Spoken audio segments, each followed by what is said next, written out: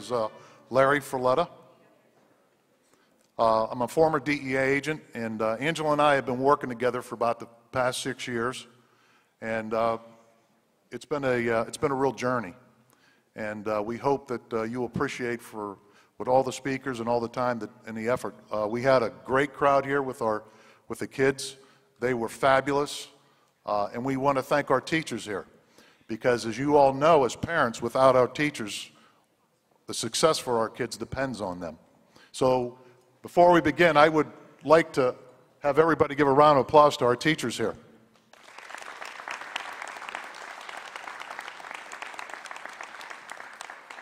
And when you see what happened at the unfortunate incident that happened in Sandy Hook Elementary School, you now even appreciate your teachers even more, more than you really know.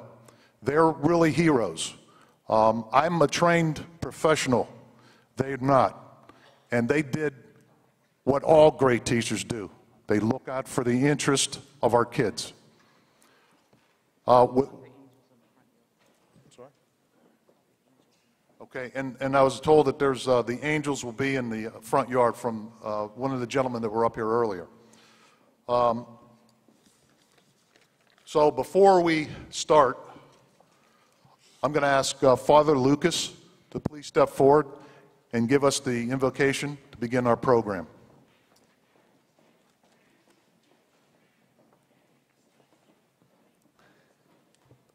In the name of the Father, and of the Son, and of the Holy Spirit. Amen.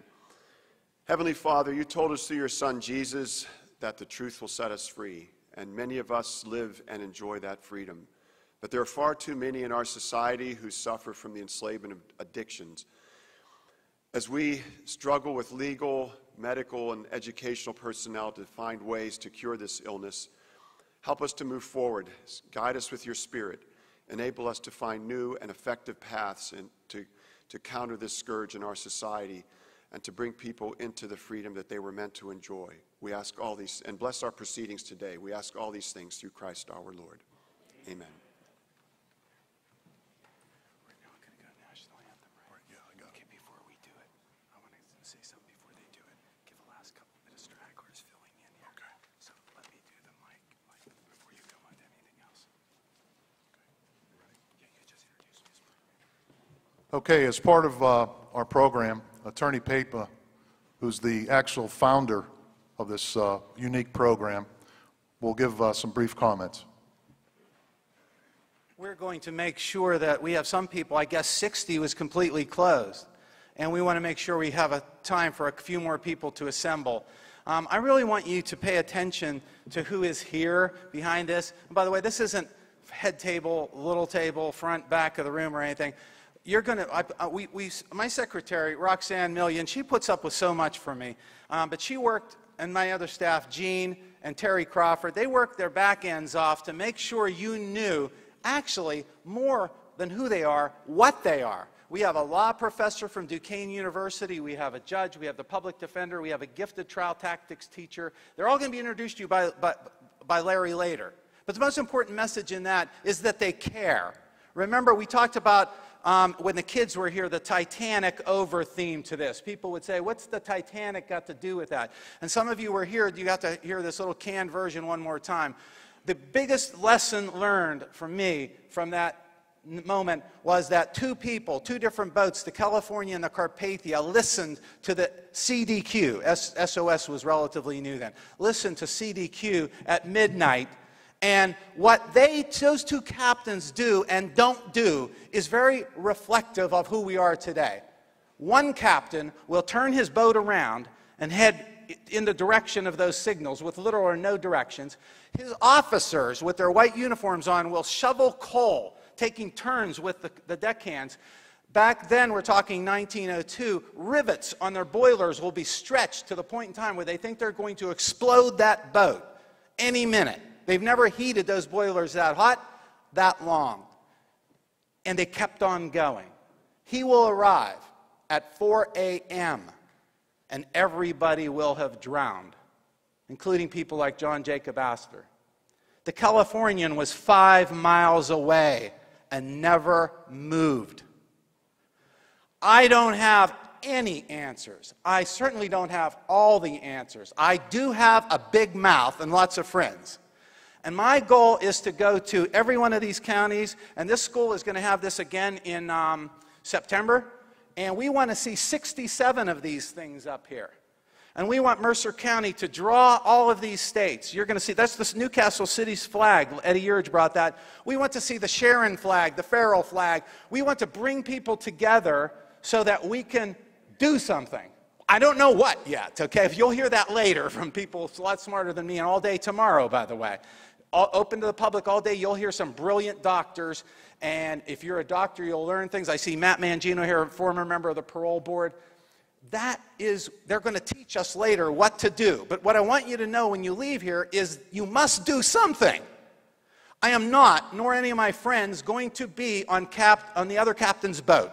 We want to be on Captain Rostron's boat. Because the Carpathia did not save 1,500 people, but it did save 750 people who were in those light boats. And that man, I am sure, when he walked into the gates, was told, "Well done, thy good and faithful servant."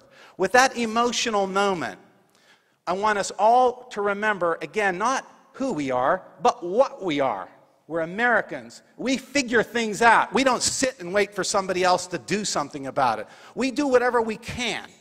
And with that said, I am so proud to have this distinguished line of guests here that Larry will introduce you to. And we know that the rest of it speaks for itself. And I think I'm looking, there's no more activity at the door, or very little. And so, Larry, I don't want to get out of my pace here. We've had the invocation, so we're now ready for the national anthem to honor our country, right? Yep. Okay, Kevin, is Kevin here? Here he comes. And Kevin, we're going to read your veto later. This is Kevin Flaherty. Every Flaherty there is has been a mayor or something in Pittsburgh. But Kevin braved Route 60, okay? And he's a public defender down in Butler, and he has agreed to sing our national anthem. So please put your heart into it and join him, and let's show honor to America and our students. Thank you, Angelo. Oh, say, can you see by the dawn's early light what so proudly we hailed at the twilight's last gleaming, whose broad stripes and bright stars through the perilous fight o'er the ramparts we watched were so gallantly streaming, and the rocket's red glare, the bombs bursting in air, gave proof through the night that our flag was still there. Oh, say, does that star-spangled banner yet wave o'er the land of the free and the home of the brave? Thank you.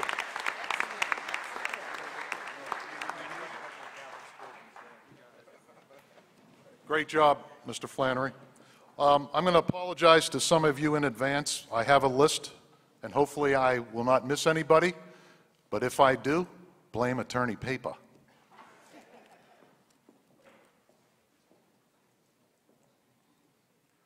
Okay, I want to recognize Mr. Jared Gibbons' office, our state representative, Mr. Chris Sonata's office, our state representative. Of course, Judge St. John here from the Common Pleas Court of Mercer County. We have Terrence Meehan, an assistant superintendent for the Newcastle High School.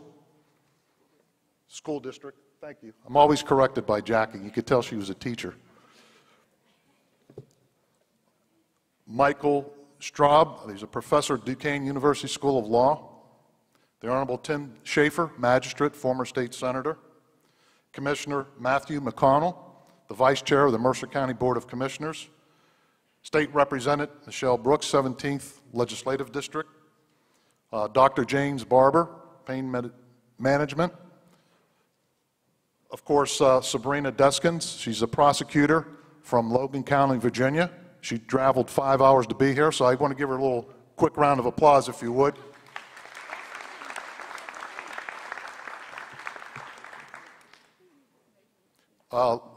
Lawrence Kelly, an attorney from Newcastle, Steve Del Puro, and then, of course, I'm sure everybody knows Robin Cole, the Pittsburgh Steelers, two-time Super Bowl champion. Mr. Ed Yearge from City Council of Newcastle, Mr. Bashero from City Council of Newcastle, Dave DeRosa, attorney, Dr. Peter Isino from Kennedy Catholic, is he here? I really wanted to thank him for opening the doors here for all of us. I don't know if Mr. Sarandia is here from Sharon. Okay, thank you. Robert Rosano from Newcastle High School. Of course, I don't know if Heidi's still around, the principal here. She's done a fabulous job for us. Let's give her a hand.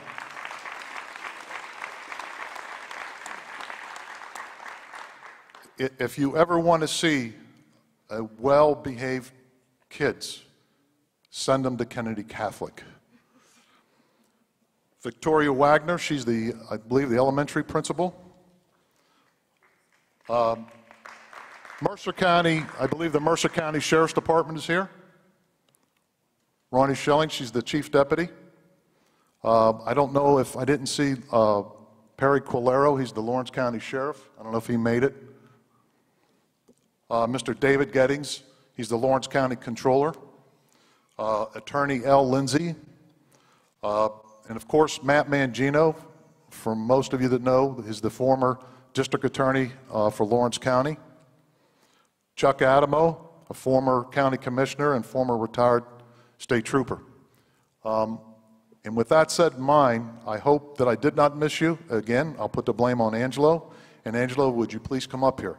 And as we try to keep our schedule within the next 10 minutes or so, we're going to break for lunch. And at 1 o'clock, we start, so please be back.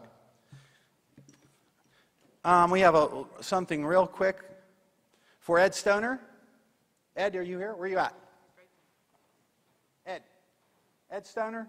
Oh, Ed Stoner, by the way, there's a bunch of little things in the front yard of Kennedy Catholic. Some of you may have seen the Newcastle News front page a couple weeks ago. Ed built all those little angels. It's his way of making a statement about kids being killed in school.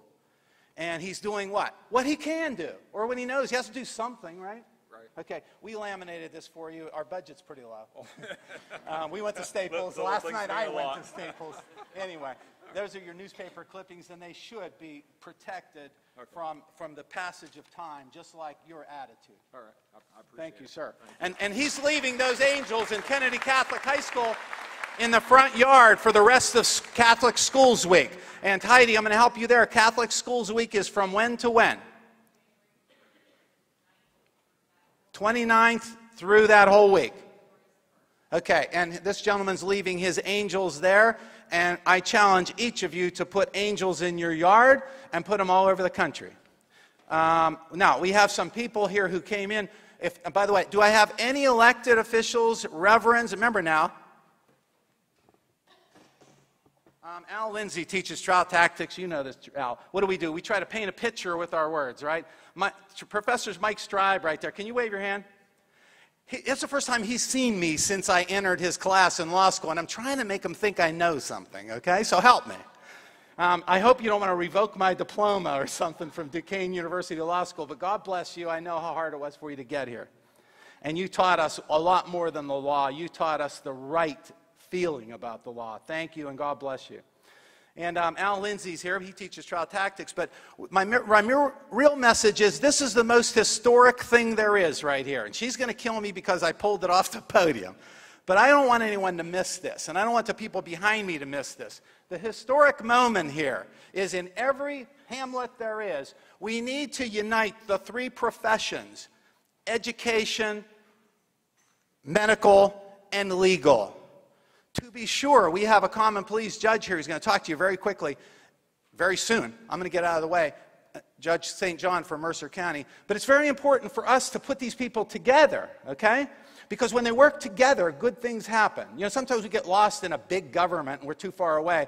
But our local people, our county commissioners, and we got one here from Mercer County, when people pay attention like that and we work and talk together, we can come up with a solution here. So the most important thing you need to know when you leave here is we're now connecting the legal, medical, and educational community. And we're not taking no for an answer. We're going to make somebody stumble upon some group of solutions. It's a pretty big problem. It's going to be more than that. So, Larry, now, keeping with our agenda, where are you at? Are we now going to, before we go to lunch, or do our gentlemen speak after? Yeah, I would love to have Judge Christian St. John come up because I know he's very busy. Can you, or are you going to introduce him? You have the paper. I'll do my best because I really don't need a piece of paper. I don't need an introduction either, Andy. Well, you should, sir. I'm sorry for interrupting you because you can hold me in contempt when I go back, but not today. You're going to get away with it too. But I just want to say that he's a very busy man, and I know he's trying to do this out of humility, but he is a very, very good and caring judge. And forget about where you went to school and how many years you've been a judge. We're blessed to have you. Thank you for coming. You're welcome.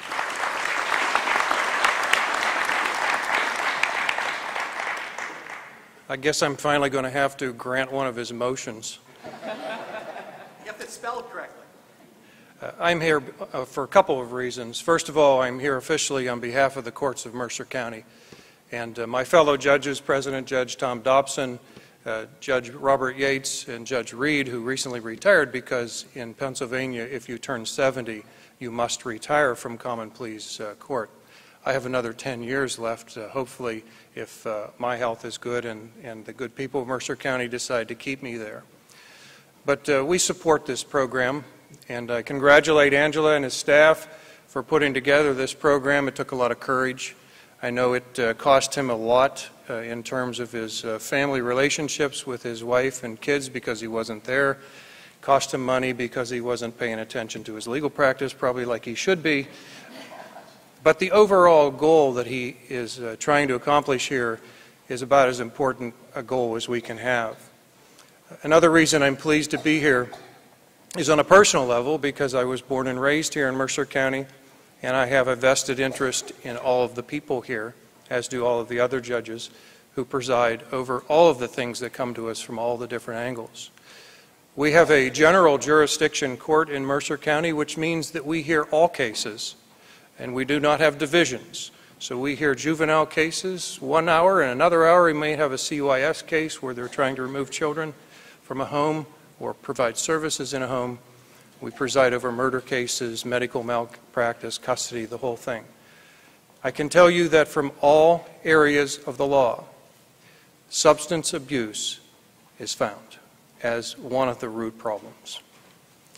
That underscores the need for these type of coalitions because we do not come together as lawyers and judges and teachers and the clergy and the professionals who deal in counseling with these people constantly. I'm 60 years old, and by show of hands, I'd like to see who is 60 or over, please. Thank you for the courage of raising your hand. As you know from the literature that you've seen, the so-called war on drugs started with our generation. And it is our generation who has suffered and has worked hard to try to beat whatever is going on. About a couple years ago, I was sentencing a number of individuals, and I would always invite you to come to court and see the destruction that we do in our own lives with substance abuse. And substance abuse, when I talk about that, I mean alcohol and drugs, whether it's marijuana or hydrocodone or OxyContin. It touches every part of our lives. It affects those who may not be of an addicted personality. I see a young man who was in college, star athlete, gets injured, is being treated. OxyContin is there to treat his pain. He becomes addicted. 5 years later, he's ready to go to the penitentiary because of all the thefts he's committed to support his drug habit. Good person, generally. And most people are good people, people of addiction, not criminal people, even though they're committing criminal acts that end up getting them where they have to come in front of me. But the story I want to tell you is this problem has spanned generations. So I have a sentence hearing, 2 men. Both are accused basically of burglary and theft. One is about my age. He's a Vietnam veteran. Another one is probably in his early 20s and is a veteran of Iraq and Afghanistan conflicts. Both developed addictions as a result of their service to the country. In Vietnam, as I understand it, I did not go there even though it was my time. The Viet Cong did what they could to send drugs to the American soldiers, and many of those men came back addicted. The older man stood in front of me, probably had a prior record of about 20 different convictions, had been in prison off and on his adult life because of the addiction that started when he was at war. Obviously, I had to put him in the penitentiary because of his prior record. The young man from Afghanistan era is sitting there with his addiction and his theft crime to support his addiction. And I decided to try to help the younger man by asking the older fellow to talk to him in court. And to ask the younger man to watch this man who was going to the penitentiary because that was his future if he did not follow through with whatever program, which is usually minimal, that we can give because it's not popular to finance treatment programs. It's more popular to incarcerate.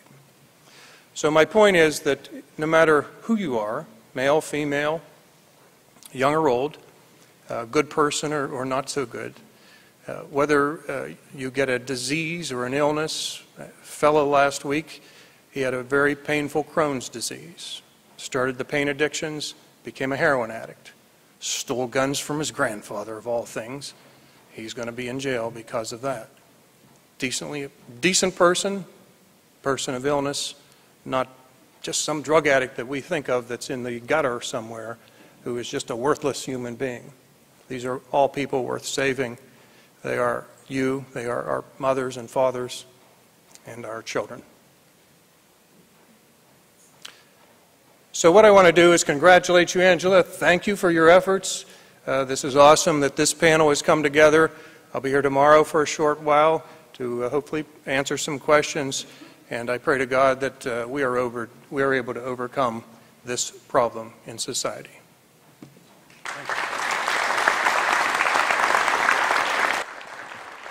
When we sang the national anthem, did you notice how everybody sent the land of the free? What totalitarian state, what government, what source of government could be as effective, even the USSR back in the days of Khrushchev and all that, I'm dating myself, how much more totalitarian can you get than having something floating through your body that doesn't let you experience what I did when my little girl hit a home run and swept the bases in a softball game? I'm telling you, every time I tell that story, I have goosebumps.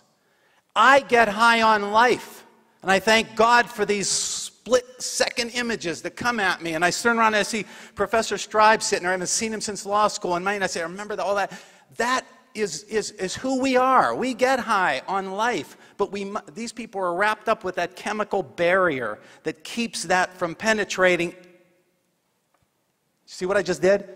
I was talking and moving my words. You were seeing my mouth move, but you weren't hearing. No counseling will ever work until we get that to that person's spirit. And these brilliant doctors, Dr. Capretto, can you please stand up? This man will tell you that it's a new day in this war, correct?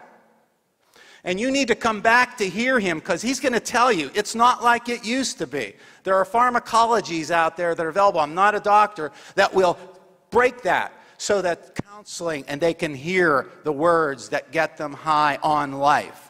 It's a cliche that didn't work, but it's a good cliche. And that's what's really going, that's what we really want you to get from this. the getting high on life, because we have to empower those people. And respectfully, Your Honor, may I submit to you the following. We know, as he said, the war on drugs is 40 years old. Ronald Reagan, right? A little bit of history for people in here. Richard Nixon, even before him. 40 years ago, we started waging war on drugs. We knew less then. We arrest 1.6 million people every year. That trend has it's produced 25% of the Earth's prison population live in America.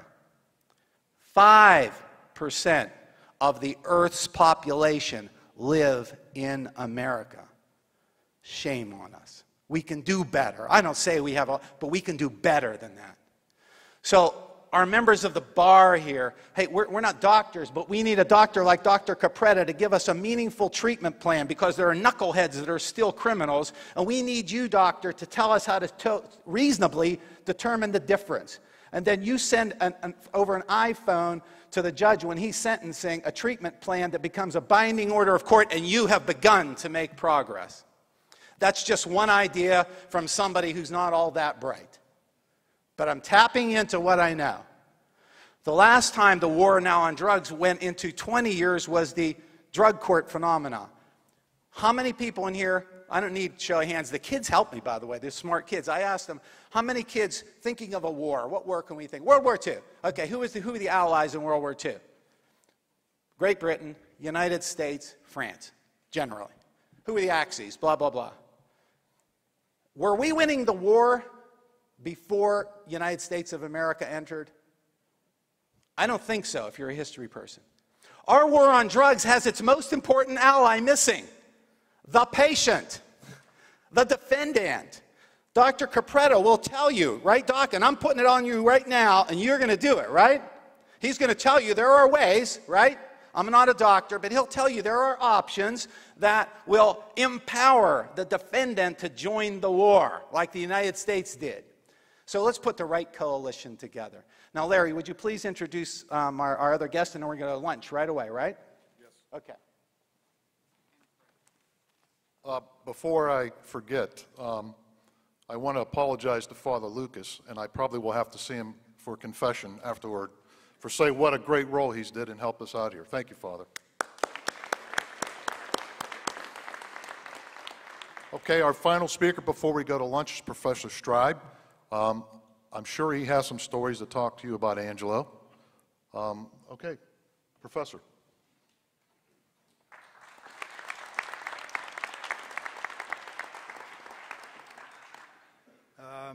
I don't tell stories, so I'm not going to tell you about Angelo. And the stories I will tell you certainly aren't about Angelo. I understand what it's like to be over 60.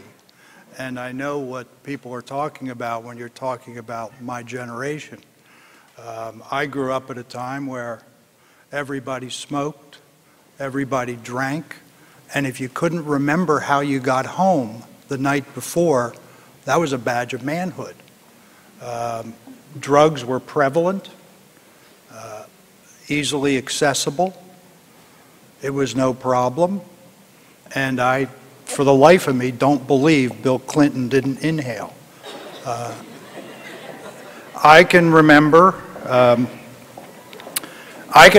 being in college, and I got a package in the mail from a friend of mine who I knew this guy in high school, but we weren't really buddies, that he sent me from Vietnam. And I opened it up. And it was a plastic bag with a large amount of white powder, readily deliverable through the United States mail. I wasn't really quite sure what it was. And I tried a little bit of it, and it was horrid. It made me feel awful, and I never really got it then. Next day I flushed it down the toilet. Well, it was probably worth a whole lot of money, and to this day I have no idea why he ever sent it to me. Today, I don't deal with people like the judge deals with, because the judge deals with people who get in trouble. But I see a lot of people in trouble. I see law students who are already substance abusers, and they don't really understand. I see members of faculties on law school who are substance abusers and who have tried to get help and just, it doesn't work. A wiser person than me, who's a little bit older than me, once said that there's two things you never want to be called because you can't wash the stain off. One is a child abuser and the other's a drunk. And I've seen people lose their careers over it.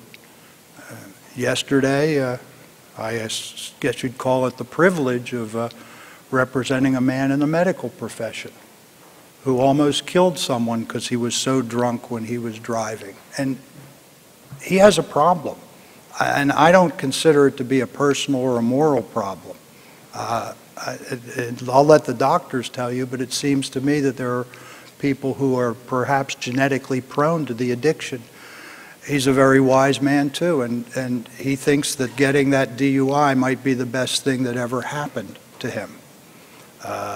I would agree with the theory of this. I think it's a wonderful idea, and it was definitely a privilege to be able to come here and speak with you all. Thank you. I'll leave you with one thing. I just broke Tip O'Neill's rule. I think he used to say that if you want me to speak for 45 minutes, give me a day's notice. If you want me to speak for 20 minutes, I'll need 2 days. If you want me to speak for 5 minutes, I'll need at least 2 weeks. I had just a few minutes, and I was just going to go on for a couple hours, but I'll stop here now.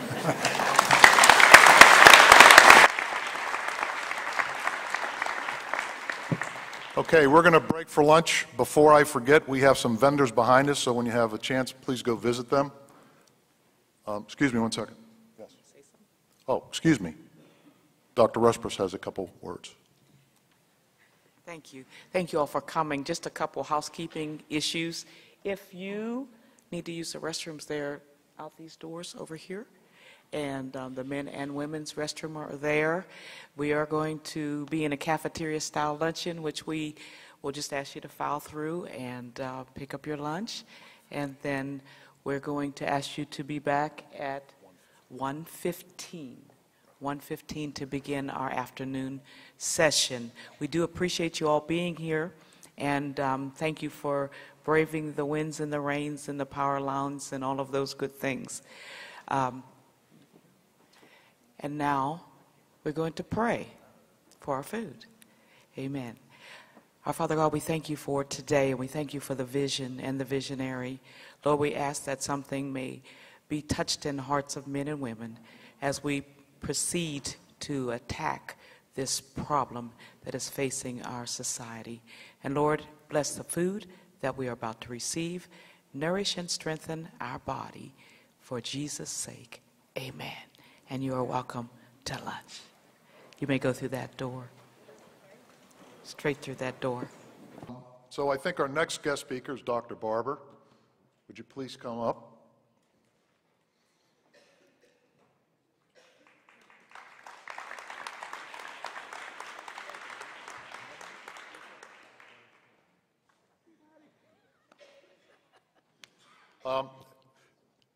As we look at each other, we're going, don't we know each other? We're from the same neighborhood on the south side, the good part of it anyways. This is one of our famous neighborhood guys. He's done well for himself, so Jimmy, it's all yours. Thank you. I appreciate it, my man. Thank you. I appreciate you having me here today. I look around in this audience, and I'm thinking to myself, you know, why does that guy have dark hair, and why does somebody a blonde?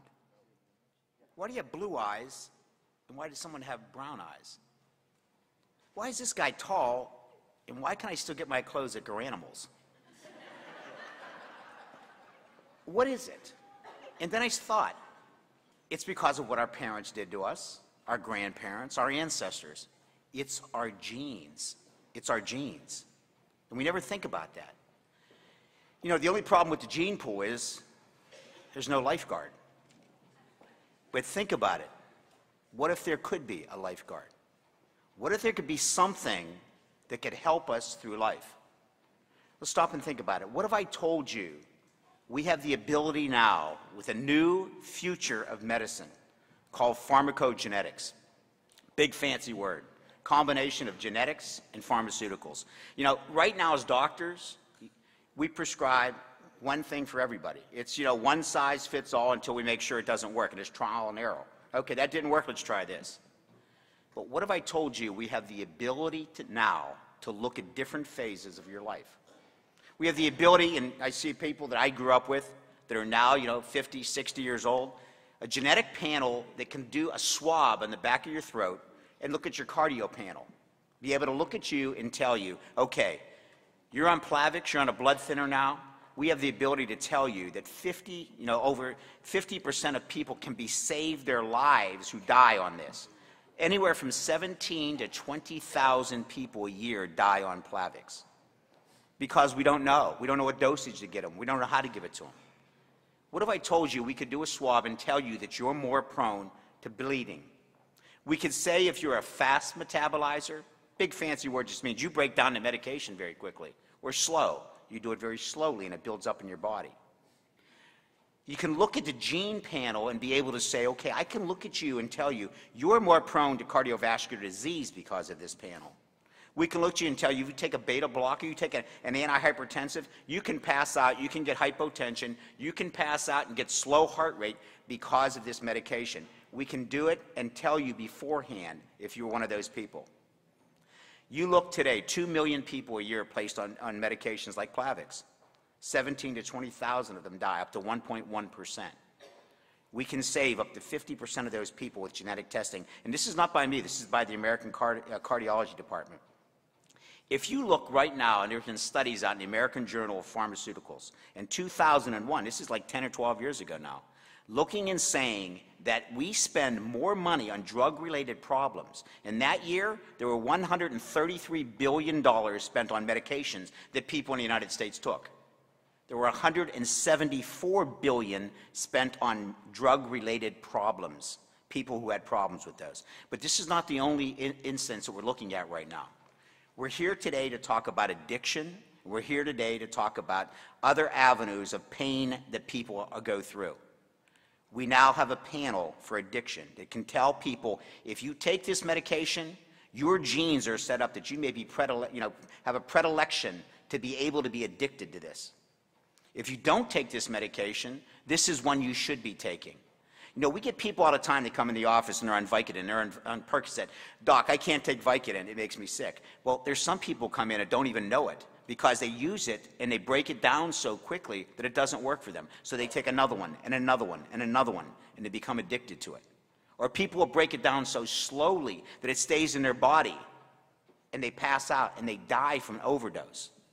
We have an addiction panel that now can literally do a swab on the back of your throat to be able to tell you what genes are affecting your breakdown of that addiction medication. We can do it with depression and tell people who are depressed. Now, people who get depressed, they take an antidepressant, it doesn't work for them. They take another one, they try another one. Eventually, they are so depressed that they commit suicide. What if we could tell those patients, you're on the wrong medication? What if we could tell you, you're taking a medication for something you're not even thinking about? It can be something that's not even related to your depression that's affecting the gene that's breaking down your medication and making it last longer, so you're more depressed. We can show you a panel that'll show you the breakdown of this. Now, I don't want to go on. I'm just going to give you some teasers today and tell you about this, but this is something that insurances pay for, that Medicare pays for, that your doctor won't bill you for, to be able to do it, and anybody can get this testing. It's an insurance policy for us. You know, people always ask me, hey, Doc, can you predict the future of plastic surgery, the future of anti-aging, the future of medicine? There's only one way to predict the future on anything, and that's to create it. And that's what we're doing today. We're actually creating the future. We're looking at these things and saying, this is how we can do something different. You know, every one of us out there have the ability to be that lifeguard. We have the ability to guard the gene pool, whether it be for a patient, if you're a doctor, whether it be for an attorney, if you have a client that's hooked on medication, and it may not be their fault. It may be that they're addicted to that medication because of the genes that they have in this. These are things that we have to look at. You know, I once said, some people have perfect eyesight and zero vision. This is a vision that each of us can have for the future. This is a vision that each one of us can help save ourselves, our family, our friends, our clients, and our patients. We are the lifeguards of tomorrow. We are creating the future by predicting the future. And that's what we're talking about. So there's a lot of great stuff on this. We can get into it down the road if anybody's interested. But this is where the future of medicine is going. This is where the future of what we're going to do. Helping people before something occurs. This is the way to stop the problems we're having today. Thank you very much.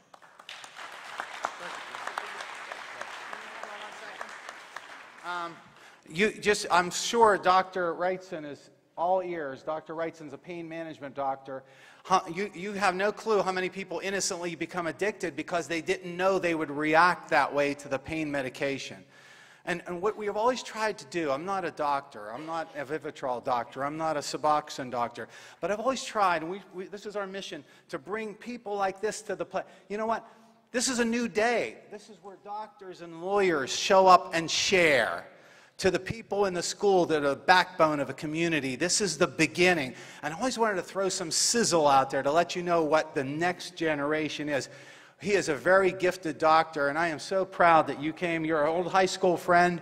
We went to high school together. In fact, I always thought Jimmy looked like the kind of guy that played an old man in the play. He still looks like a little kid except from his head. Is he being the old guy or what? He got gray, and he looks like some 12-year-old that they made his hair gray because he's in a high school play or something. I only color it gold so my patients think I'm older, that's all. He's really 19. That's it. Again, thank you, Dr. Barber. And we're looking forward to you being a permanent member of our panel, and we're going to give our doctors some help by screening people. That's very important. This is the thing. If we can stop it before it happens in some cases, that's what we want to do. We want to test and say, hey, don't do this. This can affect you, your family, for the rest of your life. These are things we can do. We can do it for pain. We can do it for depression. We can do it for any, different modality that we're looking at now. And this is only the beginning of things we're going to see. I'm a big Pitt fan. I was down at Rutgers last week for the basketball game. I came back. I was at Georgetown the other night. And I'm with one of the Steeler doctors, just to give you a hint. And at 5 o'clock in the morning, I give him this stuff, and he couldn't sleep. He texts me. He said, this is incredible. This is the future of medicine. And he's a professor at the University of Pittsburgh. That's what he thought about it. So this is what we're going with this. Dr. Barber, and anybody else, by the way, we have certificates for everybody who cared to show up. Yours truly blew it. I was supposed to be giving them to people as they left. But anybody who showed up here, I have a certificate for you, and we're proud to give you one. Thank you for coming. You guys. Okay. Thanks, Dan. Okay, good to see you. You look good, too, Dan. You look good. Okay. Okay, as we're moving along, Jimmy, that was a heck of a presentation. And I can tell you, we haven't seen each other in years. And it's always good to see somebody from the neighborhood. Okay, our next guest is Mr. L. Lindsay. Mr. Lindsay is a former federal prosecutor, and now he's a criminal defense attorney, a very prominent criminal defense attorney, I might add. And the reason why the government is so successful in their prosecutions is because there's a team concept of working together. And because the federal government has a tremendous amount of resources, and I can tell you that from personal experience. And so when you have a combination of federal agents along with federal prosecutors, that causes a lot of headaches for a lot of people. And we're not talking about drug users. Without further ado, Mr. Lindsay.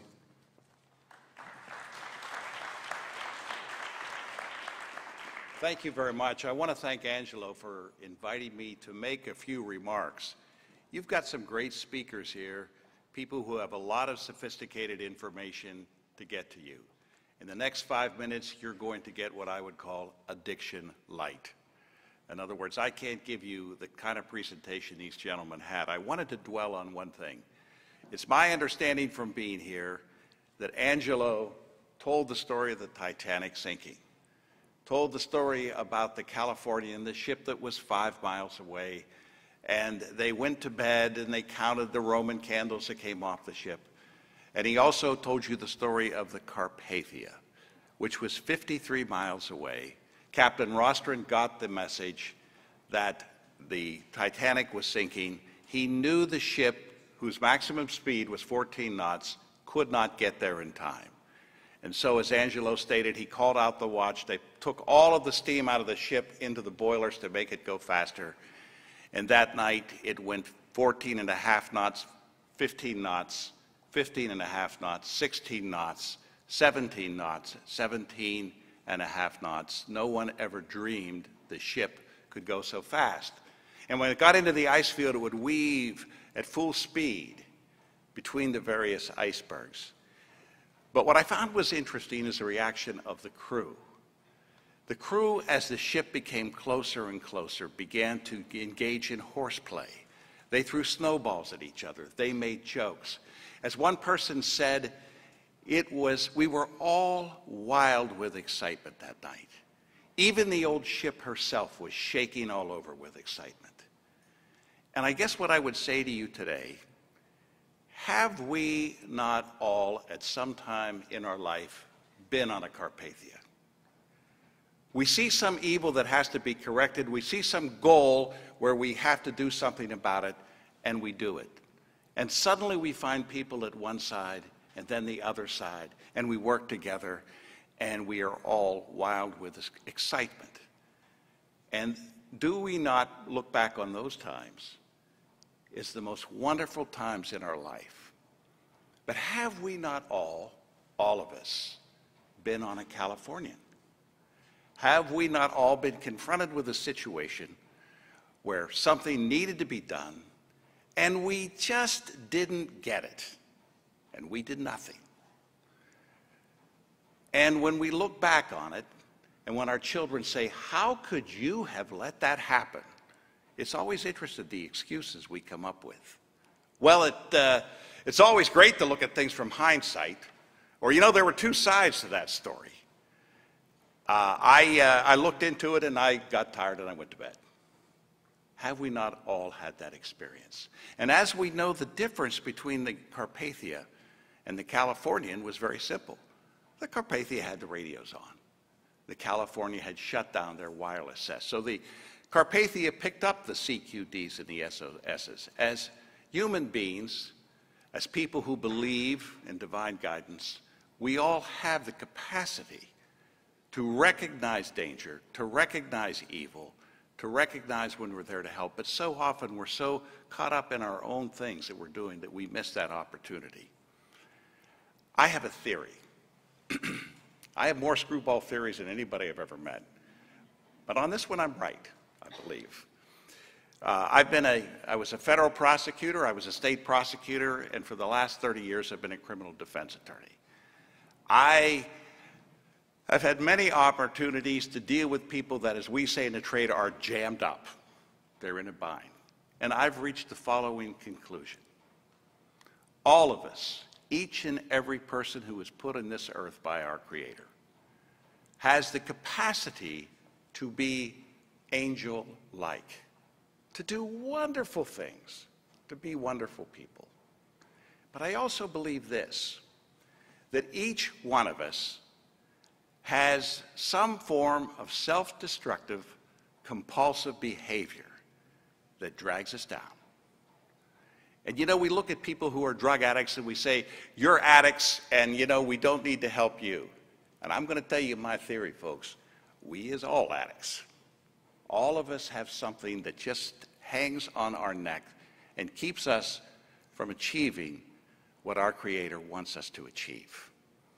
And in saying that, what I am saying is what is so wonderful about what Angelo's doing here is we're not looking at addicts as something less. This is a particular form of addiction.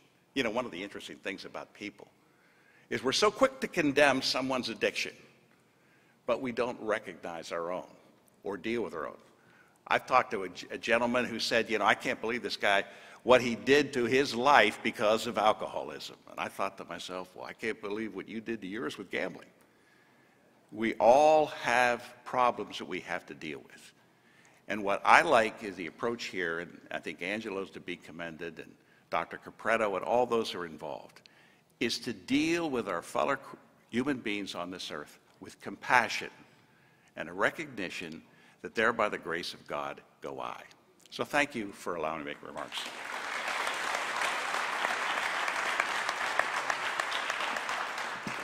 Thank you, Mr. Lindsay. Okay, I'm going to ask Father Lucas to please come forward.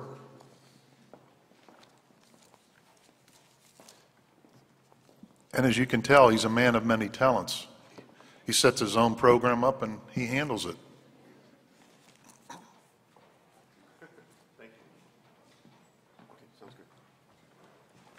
It's a great pleasure to be here in the company of so many accomplished and prominent people. And Angelo asked me to speak about our spiritual assets, especially as they relate to the fight against addiction. And I would assert, first of all, that as with any assets, they do us no good unless we know we have them. And if we're not aware of them, they can't help us. And so the point I want to make, and some of the things I'd like to draw your attention to, are the reality of our assets, the fact that they're there, the fact that for centuries in our civilization, people have come to use them and rely upon them, and that we too should draw upon that wisdom and those assets within ourselves. And of course in the fight against addiction, but also in all areas of our life. And so I think it will be an interesting exploration. I'd like to start with a little story. There was a couple who lived in North Dakota, and in the middle of the winter, they decided they wanted to go on a vacation to South Florida. So as it so happens, the wife in this couple had to stay an extra day at work, and so her husband was going to go down earlier, get ensconced comfortably there, and then she would come to follow. So he flew down, and sure enough, arrives safely and is enjoying himself there. And he decides he's going to zip an email off to his wife to let her know. Well, as it turns out, in his rush, he got the address wrong by one letter, and instead of going to his wife, it went to the elderly wife of a prominent and much-loved minister who just passed away. And so in a family gathering, she turns on the internet and looks, and she sees this email, reads it, and falls into a dead faint. And people come in to revive her. And they look at what the email said, and it said, "Dearest wife, I have just arrived today. I look forward to your arrival tomorrow. Boy, is it hot down here."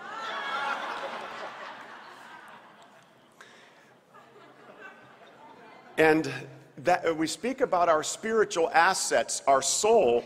We tend, first of all, to think of our soul as the element in us that will survive death and that will have to face eternity. As we may have read in the Rime of the Ancient Mariner, he says regarding his mates that die on the ship because of the curse of shooting the albatross, and he said, "The souls did from their bodies fly, they fled to bliss or woe, and every soul it passed me by like the whiz of my crossbow." And we tend to think of it that way, and I have here a beautiful picture of the burial of the Count of Orgaz, done by El Greco, and it's in the church of Santa Tomé in Toledo, Spain. It's a beautiful picture I was lucky enough to see myself. And you can see right there the angel below Mary here, right up here, ushering the kind of amorphous little image of the soul into eternity. And I decided to zoom in there so you can see a little bit more of that work of his. And that kind of gets into what we might typically think of when we speak about the soul. But I want to talk about the soul not so much from that dimension as from the dimension of our own life as a human person, our anthropology, the soul as a driving principle in our life and how it works. And so I'd like to start with a quote from Augustine, and he said, "And I turned my thoughts into myself, and I said, 'Who are you?' And I answered, 'A man. For see, there is in me both a body and a soul, the one external, the other internal.'" Augustine saw and was in tune with himself enough to know that his thoughts, his feelings, his cognitive life, his emotional response, his very consciousness, all this interiority, this personal depth of his, is the soul. It is a life principle and immaterial power in him that exercises a force in his life, that exercises a positive contribution to his life. We could look at the Encyclopedia Britannica says the soul is the spiritual or immaterial part of a human being often regarded as eternal, usually thought to consist of one's consciousness and personality, and generally synonymous with the mind or the self. And we're aware of this, I think. We're aware that I have an inner life. I have a heart. I have a will. You know, there's so much being written on willpower and choosing and exercising the choice we have to make things happen in our lives and make them happen for the good. It's not just up to external forces. We have a say in what happens in our life. And I love that quote, that the only way you can predict the future is to make it happen. And that gets right to that same point about the power of choice. This tradition of reflection on the soul goes back to Socrates, to Plato, to Aristotle. Aristotle wrote a whole work, De Anima, a famous philosophical work on the soul, and he discusses it. And so I think we can't lose touch with that.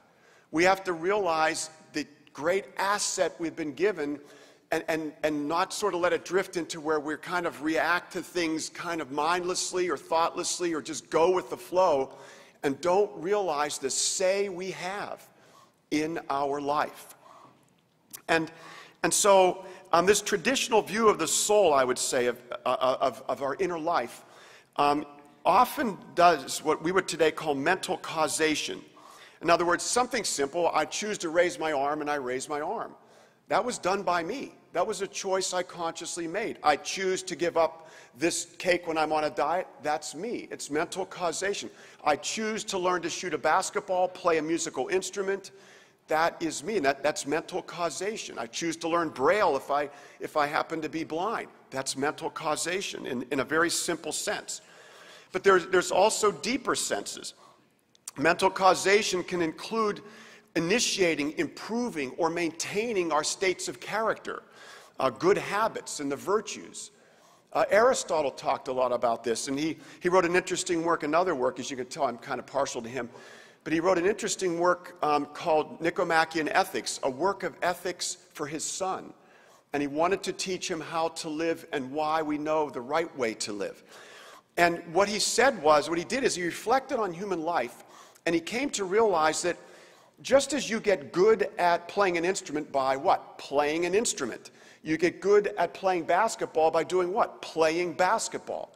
So too, you get good at life skills. You get good at life by living life well. You get good at life by making the right choices, ingraining the right choices, and doing them out of habit. And he flat out says it. It's very interesting. He says, for there are things we have to learn before we can do them. And we learn by doing them. For the things we have to learn before we can do, we learn by doing them. Men become builders by building. Lyre players by playing the lyre. So too, we become just by doing just acts, temperate by doing temperate acts, brave by doing brave acts. And so we have a say, you could say in mental causation, about our character, about the kind of person we can choose to be that becomes a matter of habit, becomes a state of mind. And he sees the master quality of this as the virtue of prudence. Prudence being the ability to choose well-decided goals and the proper means to achieve them. So that the very choice to live well, the choice to form a character that is functional, a character that will bring us happiness, a character that works, is prudence. And that choice is a mental act. It's a choice from our spiritual assets, the inner life of our person, that can reach out into our life and make a difference and change it. And he noticed this with respect to, say, our emotional life. And take the emotion of fear, okay? He would say that the virtue of courage deals with fear. And he said, if you have too much fear, you're a coward. And if you have too little fear, you're foolhardy. The man that makes the right choice makes the right choice to have the right amount of fear towards the right object and the right time. It's rationally decided. For another good example in connection with the same thing would be panic. We think our emotions are supposed to work for us, but they can work against us. The very powers of our life, the things that make us tick, can become our enemies if they're not husbanded and cared for carefully. And so, panic works against us. It's a legitimate emotion. We need fear to overcome dangers or respond accurately or appropriately to threats, but it can ruin our life.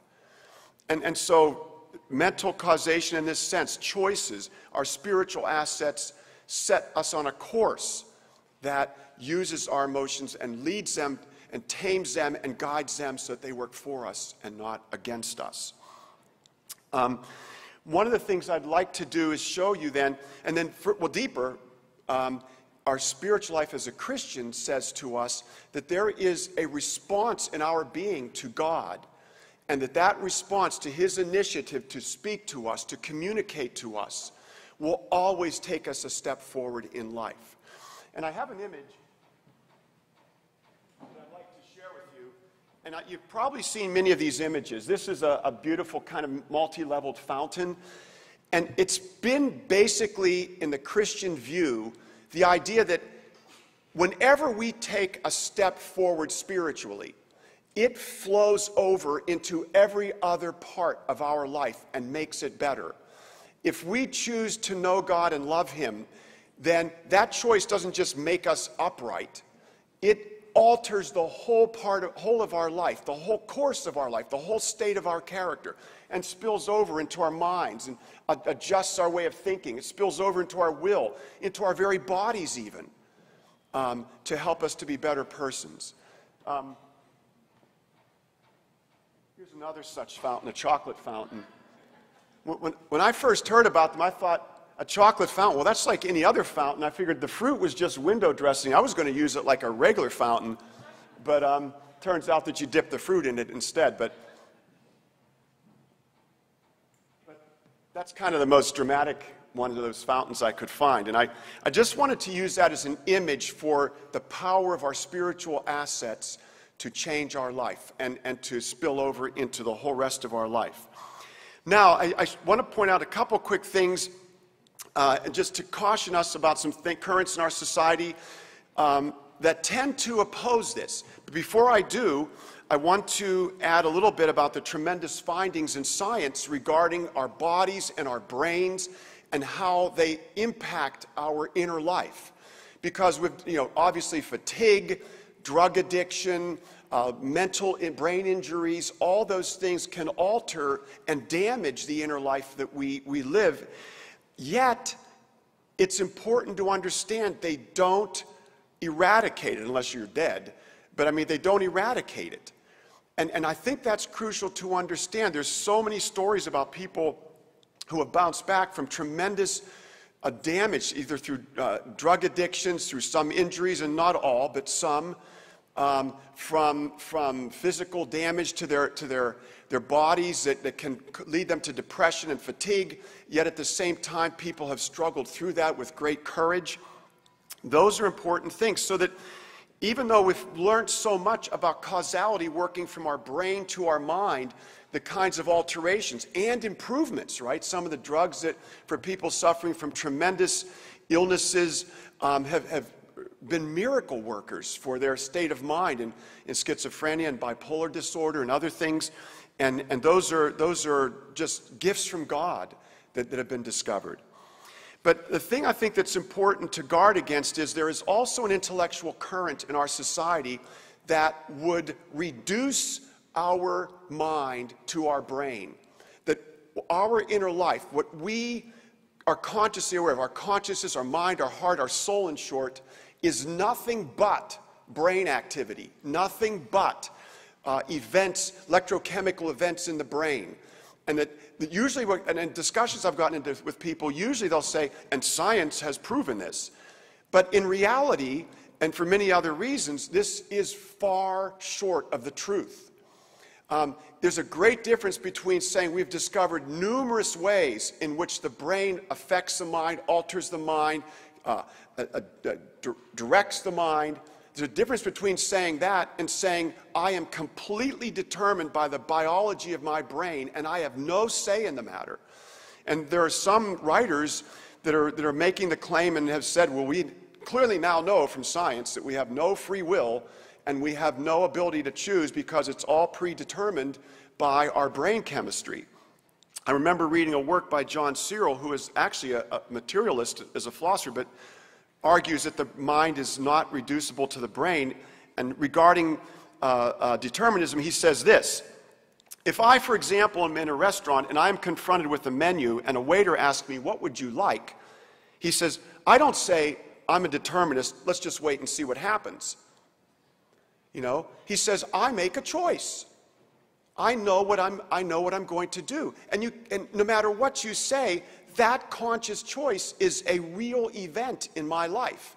And it's not the kind of thing that I can just erase with some knowledge of biology.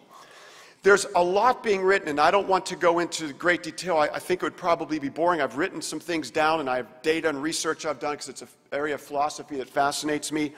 So I'd like to just let you know that there's a lot being written on the correlation between the events that happen in the scientific realm, objective, third-person data, third person as in he, she, and it, and its relationship to first-person data, what I experience on the inside. And no scientist claims to have discovered how we know the brain data that we can find and all the events that occur in the brain and how they turn into what I experience in my heart, mind, and soul. No one has claimed to be able to do that. And if you read what the scientists say, and I'm summing up real quickly here, a great example, Christopher Cook, in a book, The Quest for Consciousness, summing up what's going on in neuroscience, says, has an introduction written by Francis Crick, an avowed materialist and atheist, and he writes, consciousness is a major unsolved problem in biology. There is no present consensus on the general nature of the solution. Other researchers talk about correlations between brain and mind, not causation in the sense of complete reductive explanations of things. A reductive explanation, to end quickly here, is an explanation that says it's nothing but. So, for example, the sun setting in the west, it doesn't really set. It appears to set, but we know by the astronomy it's nothing but the Earth rotating on its axis. No scientist has claimed our hearts, minds, and souls are nothing but brain activity. It's certainly a legitimate enterprise for science to explore as much correlation as possible, and many great findings that are miracles of healing can be discovered. But that's very different than the philosophical statement that we have now proven that the brain, mind, is nothing but the brain. And so I'd like to conclude with one small quote in a very famous speech back in 1963 by Martin Luther King. And he said, again and again, we must rise to the majestic heights of meeting physical force with soul force. And the soul force, the physical force is addiction. The physical force could be all the things that drag down our life. The soul force is what's inside of us as our spiritual assets. And we can meet and overcome those physical forces with the soul force that God gave us. God bless you all.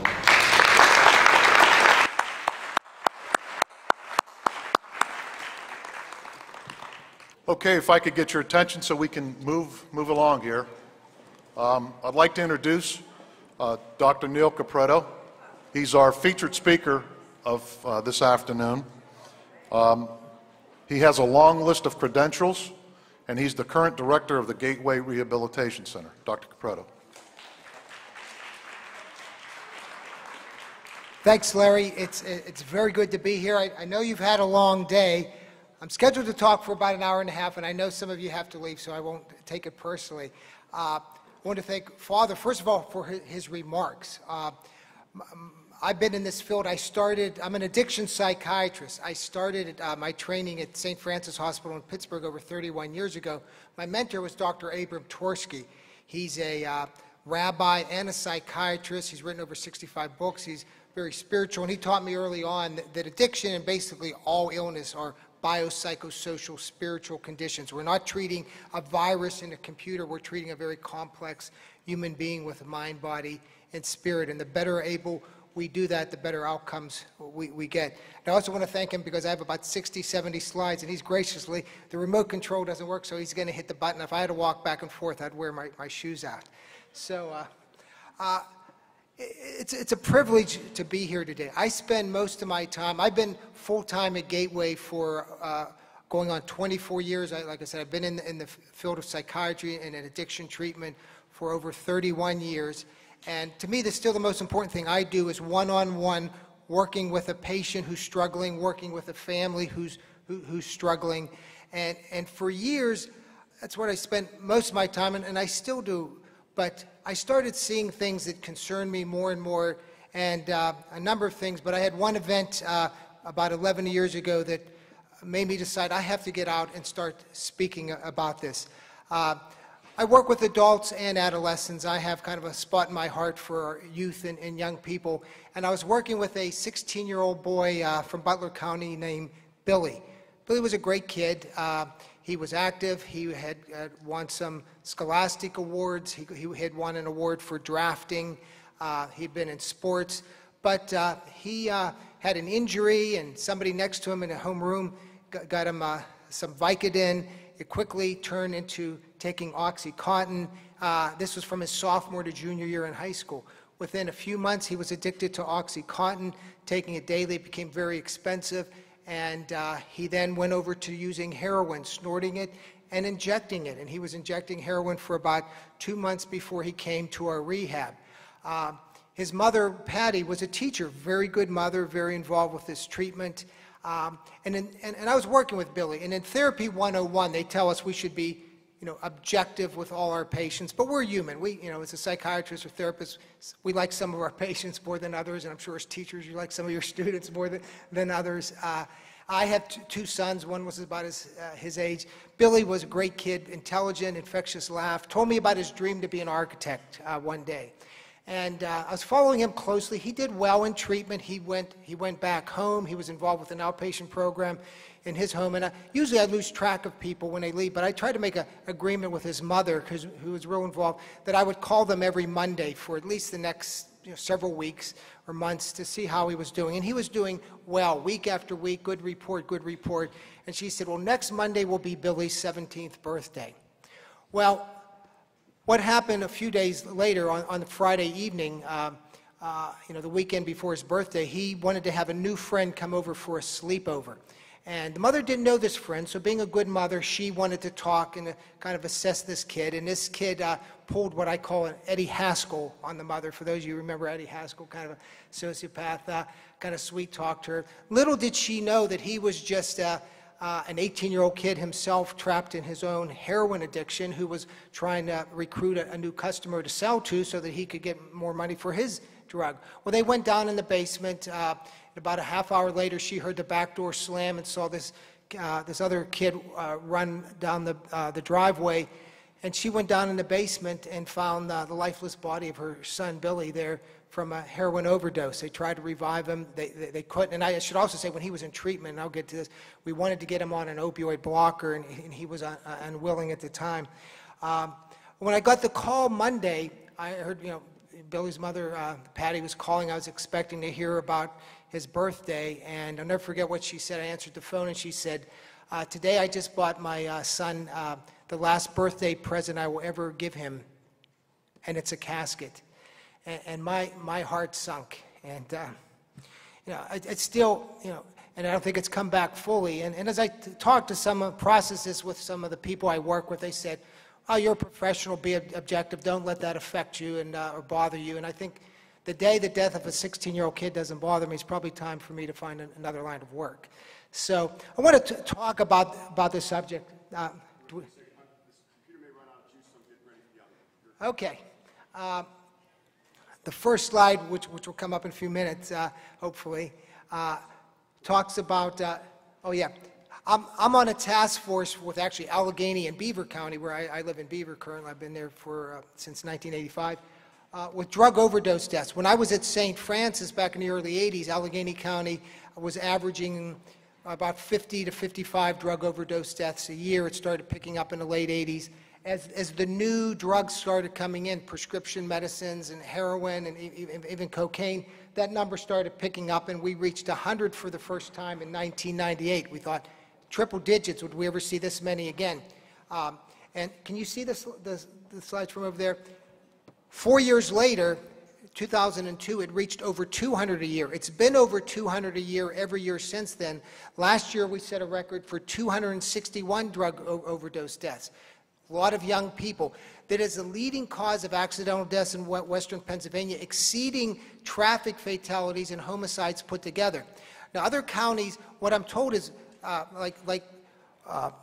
Washington counties, I'm not sure if Mercer County keeps these statistics. A lot of the counties don't keep them in this detail, but the rates are per proportion of population are actually higher in surrounding counties. I know Washington County's rate was double this. And we can get numb by this number. And, you know, I often say if we had 1/10 of these number of people being killed by a serial killer, we'd have the National Guard in our community. Yet this is a serial killer that every year is killing many people, young people, middle-aged people in the prime of their life. We can get numb to these numbers. Let me just do a little drill with you, kind of a visualize. If I say, think of what a National Football League middle linebacker looks like, you get an image. If I say, think of what a lead rider on a Hell's Angel motorcycle gang looks like. If I say, picture an intravenous heroin addict, get an image. And next slide. And how many of you pictured this lovely young girl here, Ashley Outer? She was a girl who died 19 years old from a heroin overdose. Her mother, Roberta Lojak, is a nurse, very good mother. Ashley got involved with an older boyfriend, like many girls do. And when they ended the relationship, she went on the streets to supply her heroin. She was from Highlands High School. She was one of 3 kids who died within 6 months of their graduation from heroin in 2001. That's when the trend first started kind of picking up. Next slide.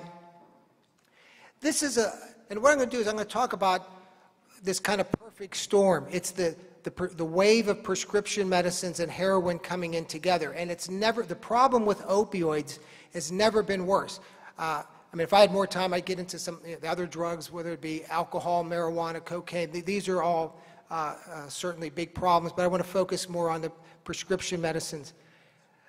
This reflects the number of admissions for prescription opioid medicine. These are, not even including heroin across the United States. The darker the color, the greater the rate of admissions. And you look at how it progressed from 99 to 2003 to 2009, tremendously. If you would look right now in our section of western Pennsylvania, we would be the deepest of the dark red. You know, most drug trends start on the east and west coast and come in our area several years later. We were really one of the epicenters with drugs like Oxycontin, the opioid, this new heroin coming in.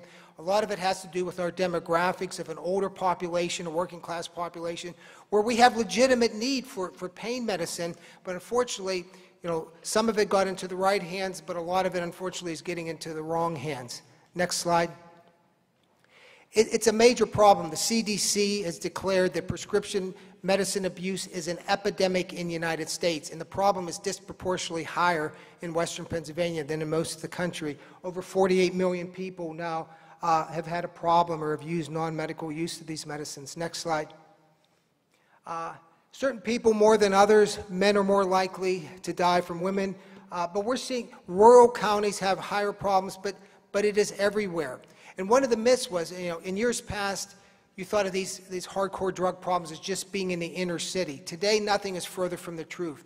It is every community. I guarantee you, where any of us live within a stone throw or two, there's a family struggling with a problem with this today. Next slide. In 2008, there were over 15,000 deaths in the United States from drug overdose from prescription medicines. This doesn't include illegal drugs. Actually, 2010, the number was over 16,000, and it's continuing to go up. Emergency room visits have gone up. Next slide. This is incredible. I mean, we do have a need to treat pain adequately, and no one should suffer or be tortured by pain. But I don't know if you're familiar with what a Vicodin contains 5 milligrams of hydrocodone. It's a reasonably strong pain medicine to be given. If you have a condition, to be given a prescription for 20, 30 of them is a fair amount for especially a short-term condition.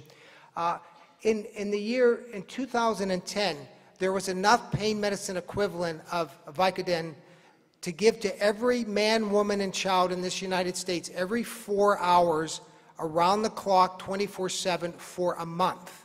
Okay?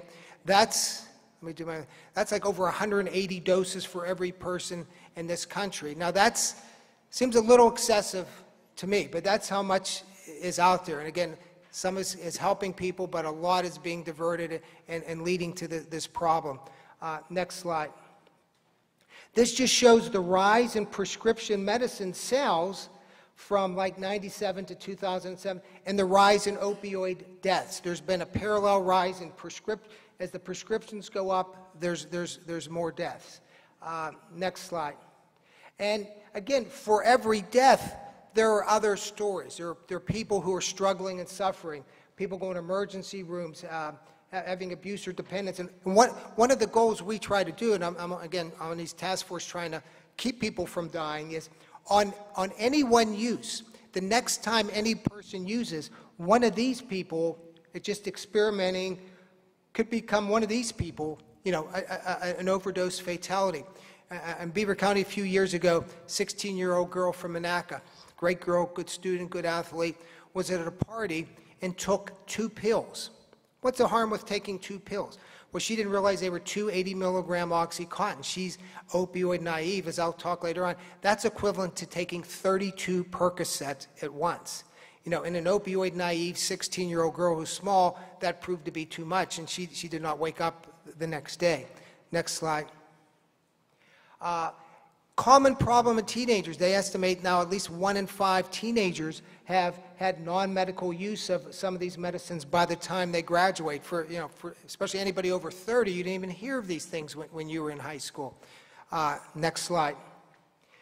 And they're very easy to get. They're readily available. Teenagers I was working with a 13-year-old this morning.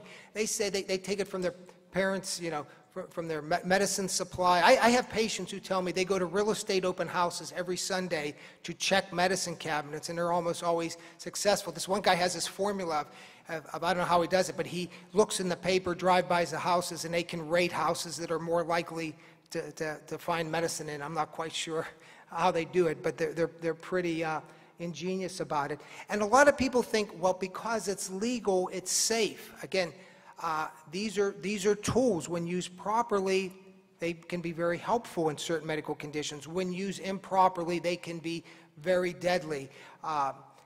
Next slide. This just shows the rise. There was a big emphasis to treat pain, which we need to. When I talk to physicians, I go in more detail about pain becoming the 5th vital sign. I mean, the medical profession really was not addressing pain adequately for many years.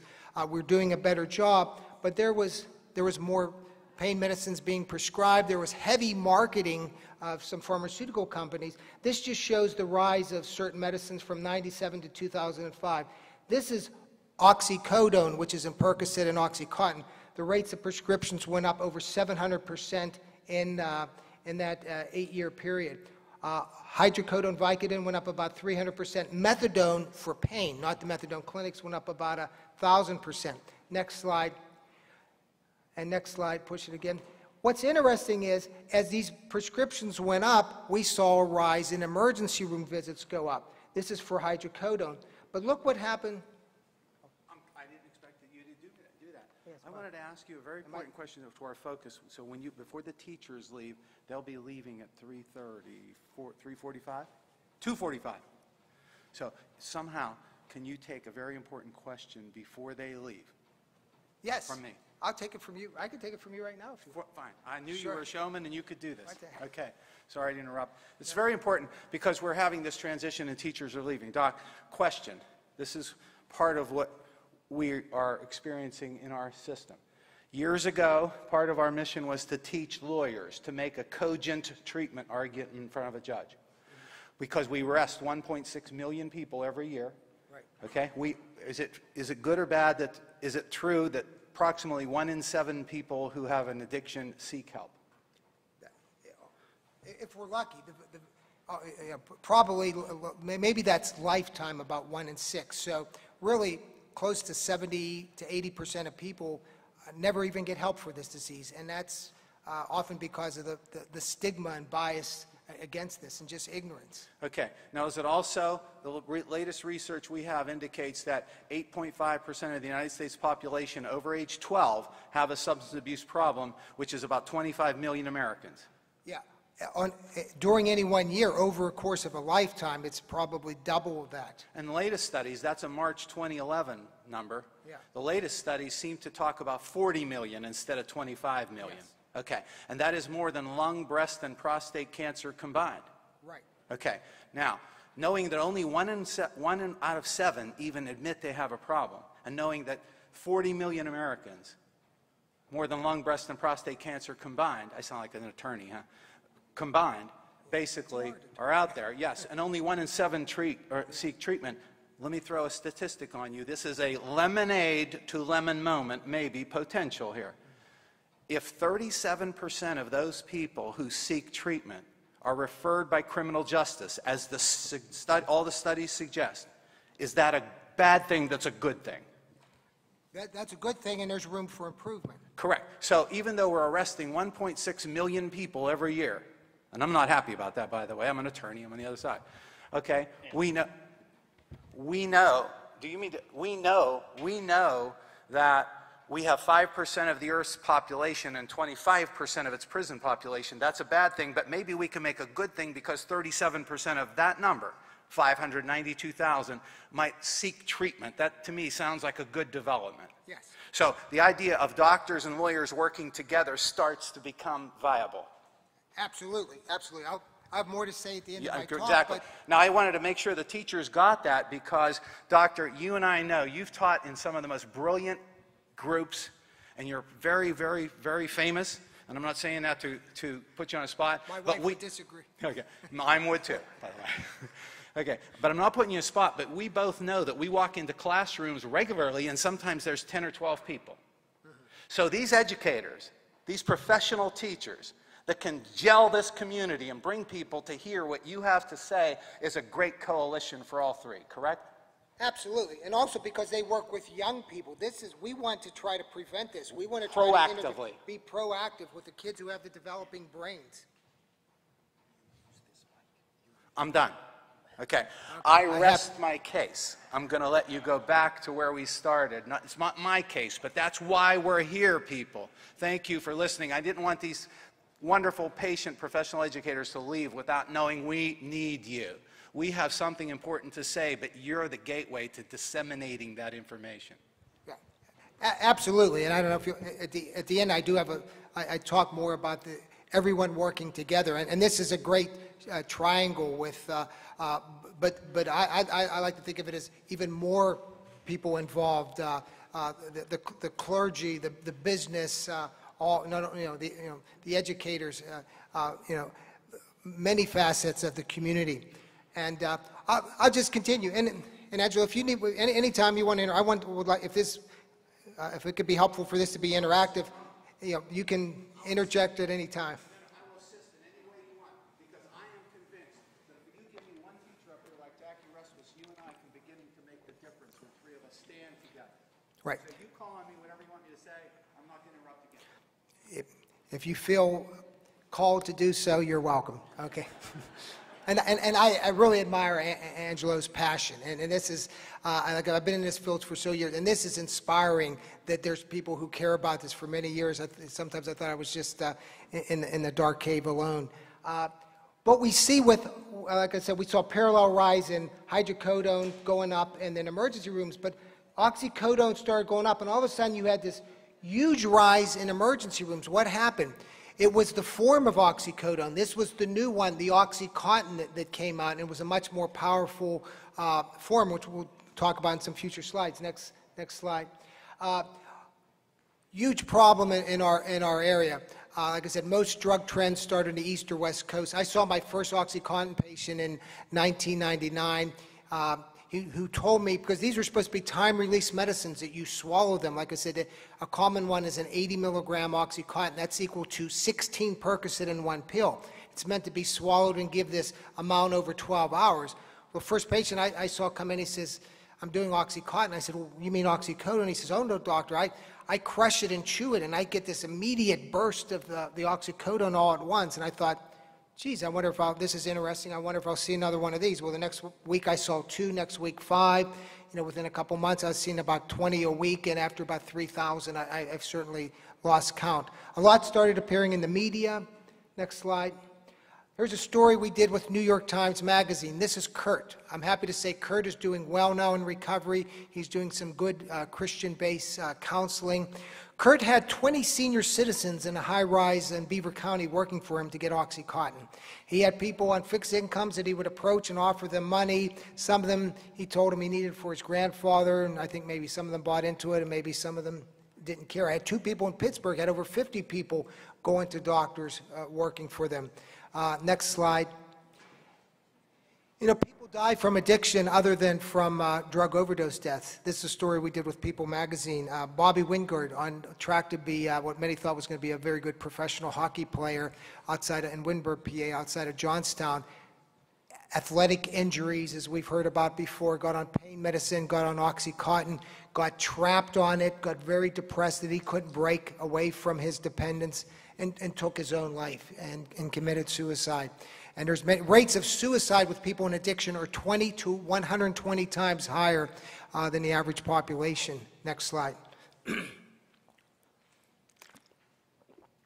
As one drug comes around, often another one surpasses it. Opan is a drug that started hitting the scene about 1.5 years, 2 years ago. It's double, triple the strength of Oxycontin.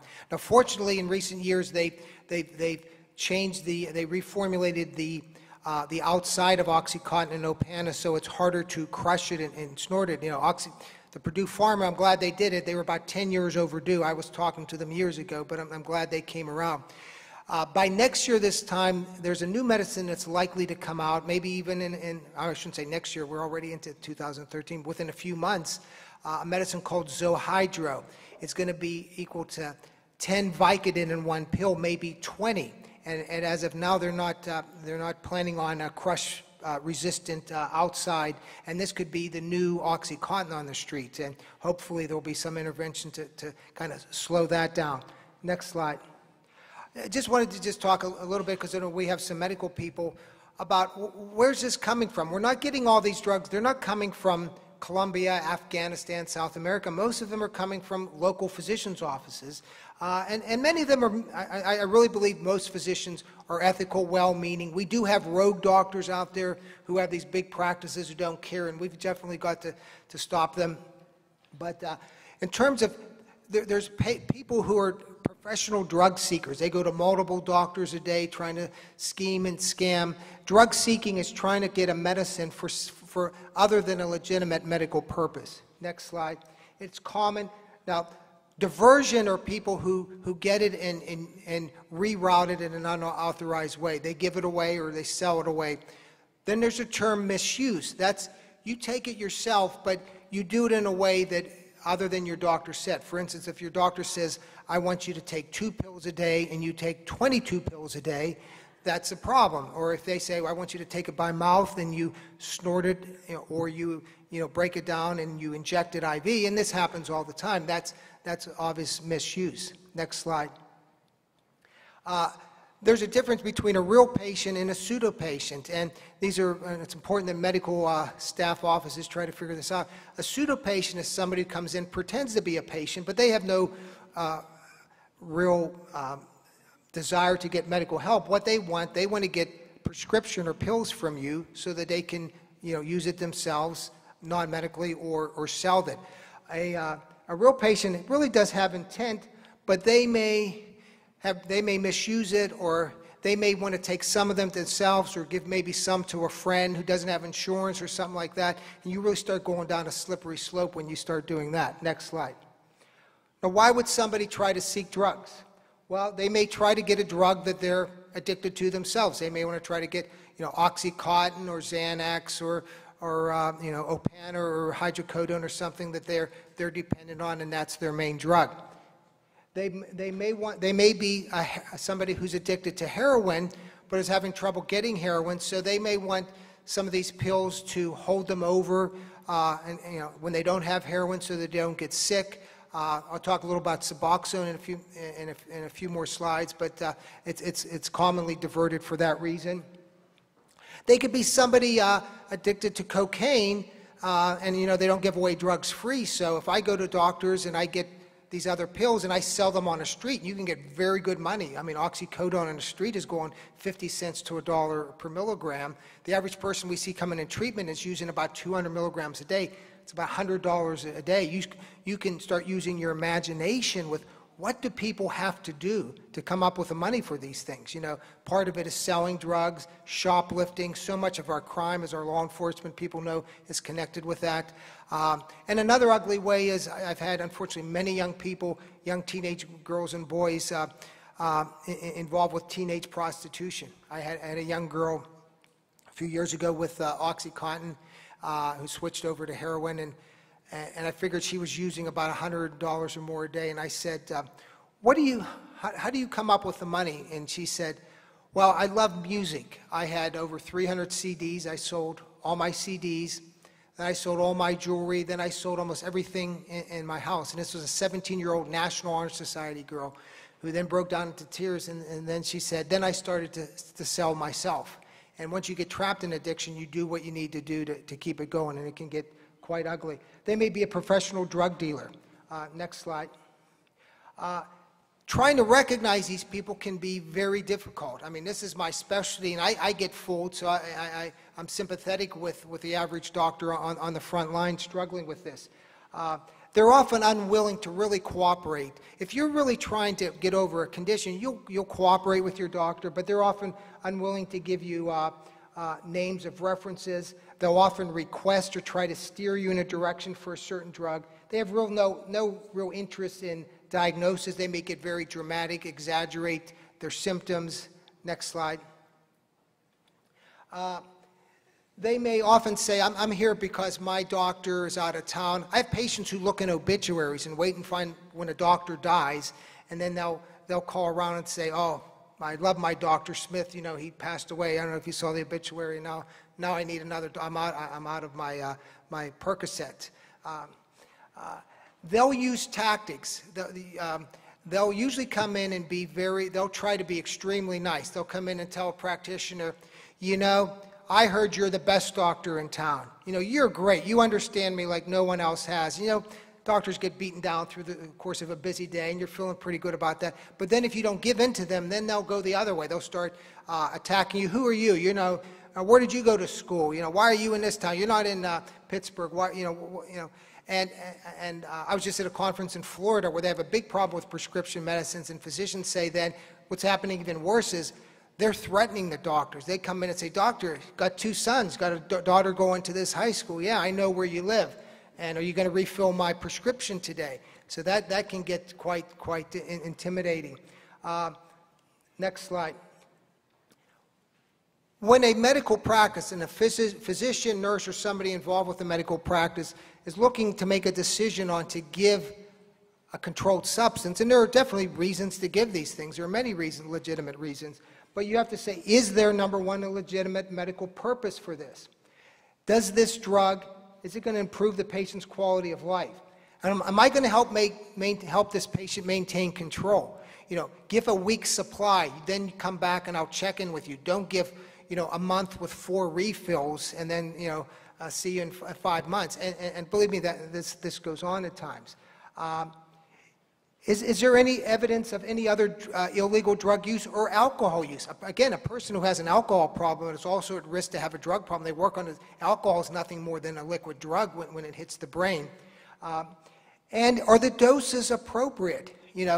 If your normal dose is 4 pills a day and this patient is now on, again, 40 pills a day, that's too much. And sometimes you gradually increase and increase. Sometimes the doctor has to take a step back and say, wow, this is 3 standard deviations above what I usually do. Next, and if you can't answer, if you have any one positive on this, you really need to reassess. And next slide, and it's, when I was in medical school, they said, they were talking about Valium, which was big back then. They said it takes 30 seconds to write a prescription. Sometimes it takes 30 minutes not to write a prescription. It's important that it's easy to write a prescription. It's hard to come to an understanding of people, and it's important that we really try to understand people, whether we're in a medical profession, legal, or teachers. Next slide. And how big of a problem are prescription medicine today? A huge problem. Next slide. Next one. This leads me to heroin. You know, anyone certainly over 30 probably never even heard of heroin other than being in your communities. It was mainly a drug of the inner cities for years and years and years. Right now, there is heroin everywhere. There's not a school district, there's not a town where heroin is being used and sold. I live in quaint little Beaver, Pennsylvania. I coached Little League Baseball 10 years. I've had, in the last 2 years, 4 kids that were in our Little League programs, come in. One was on a ventilator for 26 hours, almost died from aspiration after a heroin overdose. What happens to people is prescription medicines are very expensive, and as they start off with maybe a few pills a day, it becomes more and more and more, and then a day comes when they're up to costing them $100 or $200 a day. They can't afford it.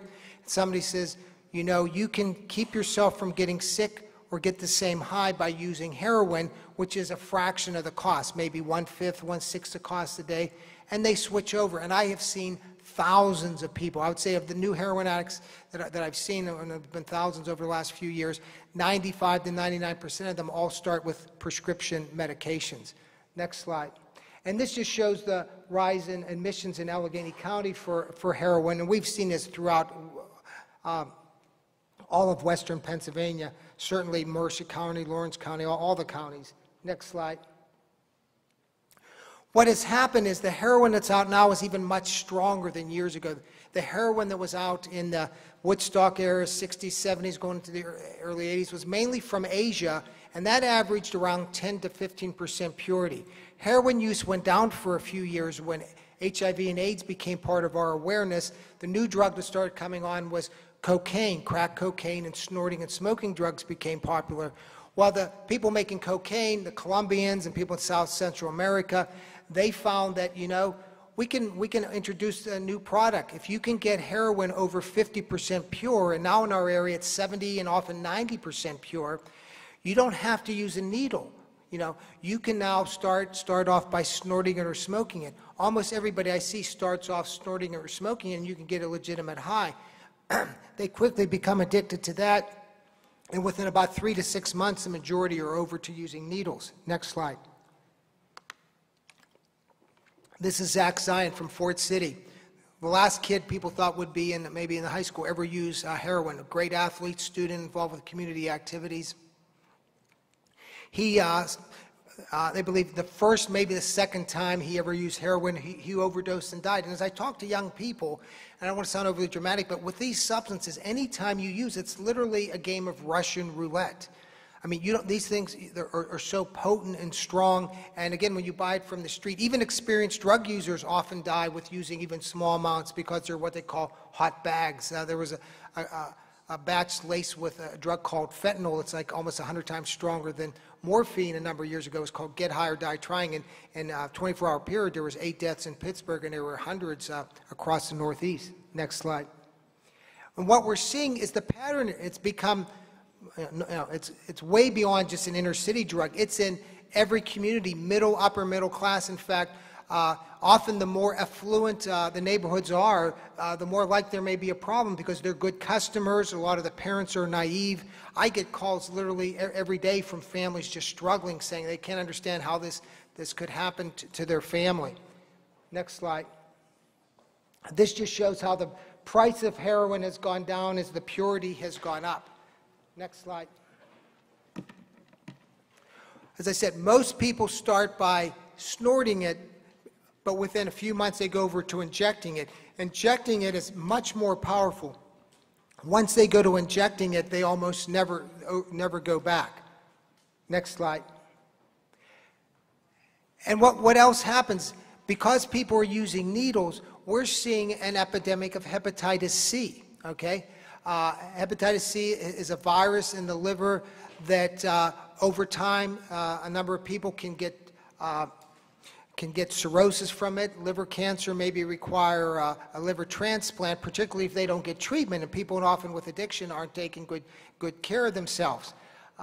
We had a young girl who went through treatment, was doing well, was about a month out of treatment, started getting sick, went to her local family doctor. They weren't sure what was going on. She developed a high fever, collapse. They took her into Pittsburgh to Presby, and she had septicemia all through her body. She had a bacterial endocarditis.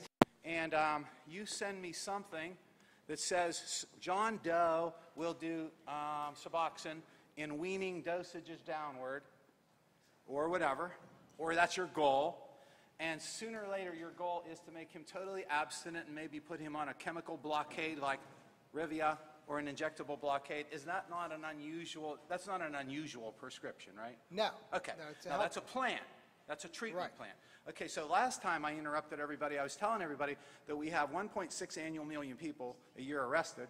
We have 37% of those coming from criminal justice, 592,000 cases. We already know this is a good thing, lawyers and doctors working together instead of suing each other, okay? Yeah. Second thing, now we know that you, the expert, not some poor drug court judge that's never been to med school, and some attorney that's been taught by these beautiful educators how to work together, and you send the treatment plan to this guy's cell phone, and he Bluetooths it to the printer, hands it to the judge, and the judge incorporates that as a order of enforceable by law.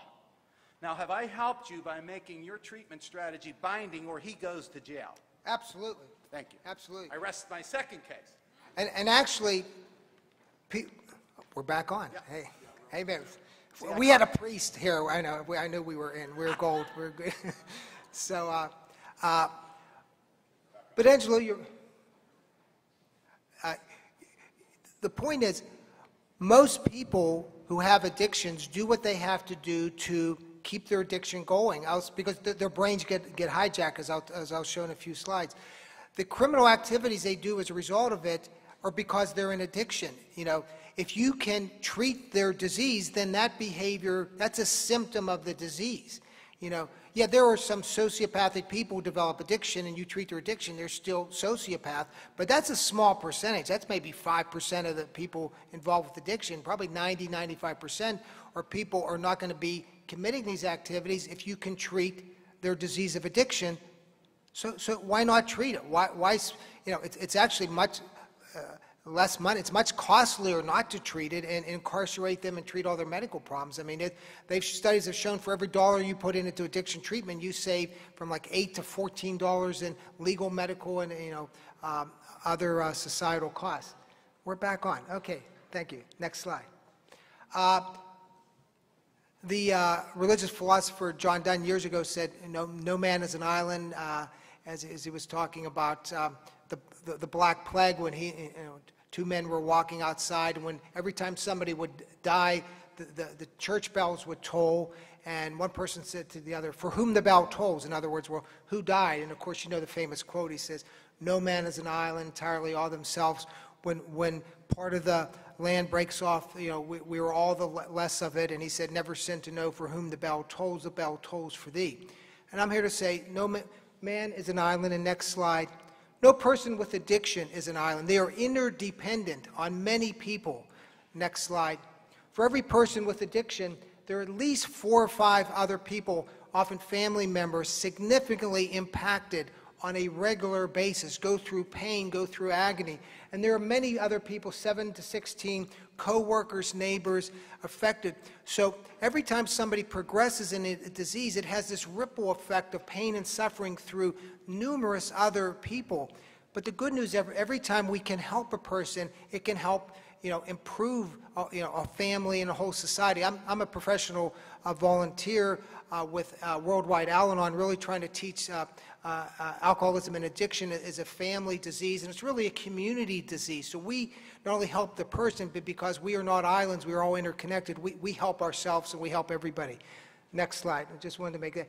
And again, as my mentor, Dr. Tversky, taught me years ago, this is a biopsychosocial spiritual disease. Unfortunately, a lot of the treatment historically has been fragmented. Some people get good spiritual help, but no social help. Some people get medical or biological help and they ignore all this other stuff. Again, when we do all of these together, and as I'm going to get into the next part more about treatment, medicine, therapy, spiritual work, that's when we get the best outcomes. Next slide. Again, to show you the power of addiction, and we often say addiction hijacks the brain. They do experiments with laboratory mice. These poor mice, what we do to them sometimes. But where they give them a lever to push for food or water, and then they'll give them a lever to push for other fun things, play with other mice toys, and they'll do these fun things as much as they can, but then they always go back to food or water eventually because their brains are hardwired through millions of years of evolution to survive. If you don't feed a mouse for a couple days, or any animal other than a human for a couple days, and put food in front of the mouse, he's got to eat it. He can't say, I'm going to fast this afternoon in honor of Mickey Mouse's birthday or something like that. They have to eat. They have no choice. But guess what? When they give them a lever to push for drugs of addiction in their brain, they've done this mainly with opioids and cocaine, but also alcohol. Next slide. Guess what they do? They push the lever for the drug of addiction, ignoring food or water, to the point of death. Well, how can that be? How can that override the hardwiring of the brain? That's because what addiction tricks the brain. Addiction works in the primitive parts of the brain and sends a signal to your rational part, the prefrontal cortex, and says, you need to give me more of this drug or substance or you're going to die. That may not be a rational one, but it's an overpowering one. So when you look at somebody and say, well, why don't you just stop? Don't you care about your family? Yeah. Don't you care about your job? Don't you care about your life? Of course they do. I believe often people with addiction care more than most people. But again, their brains get hijacked. Now, the good news is through treatment and recovery, we can reverse that in a very powerful way. Next slide. Just want to talk about treatment, and this is for all addictions. It just has the word heroin up there. But really, science has really taught us when you integrate medicine and therapy, again, holistic approaches of counseling, spiritual work, biological things together, we get the best outcomes. Next slide. Next slide. Some of these are a couple parts. We want to talk about what is medication assisted defined. You want to use medicines to benefit treatment. And medicines are relatively kind of new in addiction treatment for the most part. Where the state of medicines in addiction treatment is kind of like where the state of medicines were in psychiatry maybe 30, 40 years ago. Again, the medicines can be a mixed blessing, as we all know. Used properly, they can help, but used carelessly, they can certainly cause problems. And it's not medicines versus other treatments. Some people think, well, you're either going to do medicines or you're going to do 12-step or this. No, you can do them together. Again, biopsychosocial, spiritual. Next slide. And to help with recovery, what are some of the things we're trying to do? You can use medicines, and we'll go into a little more detail, to stop withdrawal symptoms, to help with detox. Once somebody's done with their acute detox symptoms from any substance for the first week, they can go on for many weeks or months with what we call post-acute withdrawal, where they're irritable, anxious, their energy is down, and that's where we lose a lot of people. Medicines can help with that. Some medicines can help with cravings. Some medicines can be used to block the effects of certain drugs, kind of like shields, and to reduce harm, prevent deaths and overdoses. Next slide. Medicine can be used for detox. There's a whole variety of them. There's anti-craving, and I'll go into a little more detail.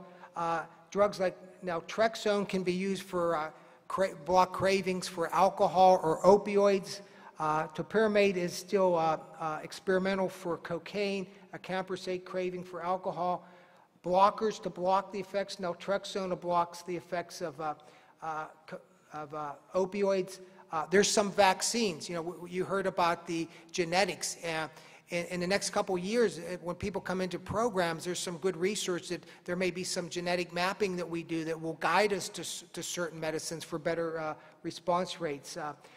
There's deterrence. There's a drug called antabuse that if you take it and you drink, you get violently ill, so it deters drinking. And there's maintenance medicines, methadone and buprenorphine, otherwise known as Suboxone. Next slide. But I just want to talk briefly about what happens when we don't treat people, or what's kind of the course of heroin. This is a study that followed over 33 years, about 600 heroin addicts, starting in the mid-1960s in California. These were men in the criminal justice system. Now, this was a time when the heroin was around 10 to 15%, not as strong as it was today. What they found is, and there was probably minimal treatment during a lot of these people's lives, and there's certainly minimal medicine treatment. Methadone was one medicine for some of them. What they found is that their lives had repeated drug abuse, crime, health problems, and death. Next slide. And actually, 50% of the group died. I mean, and they had a death rate that was 50 to, for heroin addicts, the moral of the story is heroin does not have a happy ending. And you can say this with a lot of addiction, but particularly heroin. Chances of dying were 50 to 100 times greater than people their own age not doing heroin. That's an incredible amount.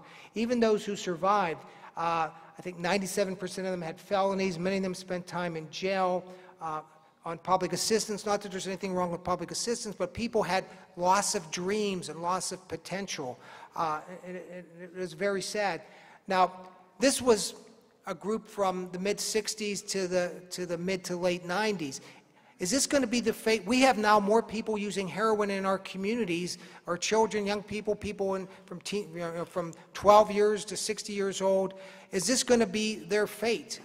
I hope not, but this might have been a different group, people in a different time and place. But that was heroin that was probably 1/5 to 1/8 the potency that they're doing today. So, we'll see how things go. Next slide. Mortality rates. We don't have time to go into a lot of detail about things. One form of treatment is methadone. Methadone gets mixed reviews, but methadone is a very well proven form of at least harm reduction. What they show is people on methadone, it reduces death rates about 70%. And it's hard to treat a dead person, as they taught me in medical school. So, and I'm serious. So it at least is now, if done properly, it's a way to at least stabilize somebody from active addiction. Problem with both, I would say, methadone and Suboxone and buprenorphine, these are very good medicines for the right person at the right time, but people get on them and often don't make other changes in their life. You still need to work, in my opinion, a strong recovery program. Next slide. Some arguments for methadone are, there certainly it keeps people out of jail, it keeps them off of the streets, off of heroin, it gives them immediate relief. It blocks the high from heroin, it saturates the receptor. Now, because I'm not going to get to a lot of detail, you can still use heroin on top of it and overdose and die. And again, with buprenorphine Suboxone, it has a blocking effect that prevents that. Next slide. It kind of may stabilize brain chemistry. Keep going. There's definitely harm reduction, lower rates of AIDS, hepatitis C, legal complications. So, lives do improve on it. Next slide. Some problems with maintenance, and you can apply this to any maintenance drug, whether it be methadone, buprenorphine, which is Suboxone, there used to be one called LAM, is you still have them on an opioid. Is that going to cause some problems? Is that going to get their brain so used to opioids that they'll never get off of it? And for some people, they may say, well, if it ain't broke, don't fix it. If somebody is living a healthy, normal life and on it and not doing activities of addiction, may not be a bad thing, but you've got to, again, be careful. And there's there's the old saying, no pain, no gain. There's a lot of people who in recovery who are having great lives in recovery who believe that getting through the pain of it kind of taught them a lesson. And that may be true for certain people. What we found was when we didn't use these medicines, we had much more people leave treatment, and we actually wrote a paper using them for detox. It was called Less Pain, More Gain. And next slide. Buprenorphine. Buprenorphine is the main medicine that's in Suboxone and Subutex. Very common. It's really picked up over the last 10 years. I was following it in the medical literature from the early 1990s. Many studies with it being used. It seemed to take forever to get to the United States. Next slide. They make it difficult for physicians to use it. And they said, well, this is a drug. It's a powerful drug. It's a drug that we're going to use in addiction treatment, and we just don't want any doctor using it. You have to be qualified. So to be qualified, and this makes sense to a large degree, you either have to be an addiction specialist or you have to go through at least an extra 8-hour training course, which I think is a good thing for it, to learn about it. But sometimes that 8-hour training course is still minimal for people who aren't otherwise trained in addiction. Next slide. What it is, and I know there's some non-medical people, but briefly, it's what we call a partial agonist. With most opioids, like whether it be methadone, Oxycontin, Vicodin, Opana, the more you use, the greater the effect. So eventually, no matter what your tolerance, you reach respiratory depression, coma, and death. Buprenorphine gives a strong opioid effect, but at a medium level, it basically shuts the receptor off and no more comes in. So that happens at about 20 milligrams of buprenorphine. You can give 20 milligrams and give 20,000 milligrams, and it's going to give about the exact same result because no more than 20 gets in. The other thing is, at like around 20, and actually the common dose we recommend is 16 is really enough for most people, in my opinion. At 16 milligrams, if they try to do heroin, Oxycontin on top of that, it blocks those from working too. So it's safe, and it really has a dramatic rate on reducing drug overdose deaths. Next slide. It's a medicine that can be used when you use medicines in withdrawal. As I tell my patients, when you're coming off of detoxing from any substance, whether it's alcohol or opioids, it's like falling off a cliff. If you do it on your own, you crash real hard and it's painful. Most people end up using before they fully hit the bottom. What we try to do in detox is give you parachutes or sliding boards to come down more gradually in a safe, controlled manner. If you don't do that, people usually don't stay around. They vote with their feet and they leave. Next slide. When somebody's been doing an opioid, like a pain medicine or heroin, for a while and then they stop, the street term of opioid withdrawal is getting dope sick, and it's a terrible condition. My patients describe it like having the worst case of the flu you ever had in your life, multiplied times 10, feel like there's vices in your head and knives in your stomach. It's just a horrible condition, and that's why they keep trapped in it and do it day after day after day. Next slide. We started using Suboxone. We do a 6-day detox, and there was even it was kind of a controversial thing in our rehab, which was an abstinence-based rehab. Historically, I started using this, and I said, is it really working? I had some therapists coming up to me and say, well, you're biased, you're a doctor. I don't know if I can keep working here if you're going to be giving dope to our patients. And I said, can't help a dead person, and can't help somebody who's not with us. So we did a study where, and I'm going to go into details, 172 patients, half we gave Suboxone to, half just got our regular treatment, support, and therapy. The group we gave Suboxone to, we retained over 97% of them from detox into our rehab. Those we didn't give it to, we lost over half of them. That was a huge difference, huge difference. And that didn't mean all these people lived happily ever after, but at least we had a fighting chance to work with them. So I've used it in detox of 6,000 to 7,000 people over the last 10 years, and it is often a dramatic way. I had a girl came in tears, didn't believe it was going to work the other day, and I said, try it. And I saw her this morning, and she's doing much better. She's ready to leave and go home. The first person I gave it to was a woman who had been with us.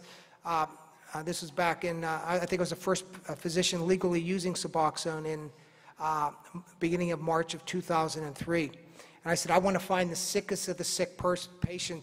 I said, bring this. And they said, well, there's this woman in room 4. And I said, well, bring her to my office. They said, she can't come to your office. She's in bed. She was in bed with her head in a garbage can, thrown up, just very sick. And I said, I have this new medicine for detox. I think you'll find it helpful. And she says, I don't know. I'll give it a try. I don't think anything's going to work. And it was a dramatic help. She felt much better within an hour. And the next day I talked to her. She said, I'm feeling great now. But I didn't believe this was going to work. I was at the end of my rope. when you offered this to me, I said if this wasn't going to work, I was going to go home and I was going to kill myself because I had given up hope.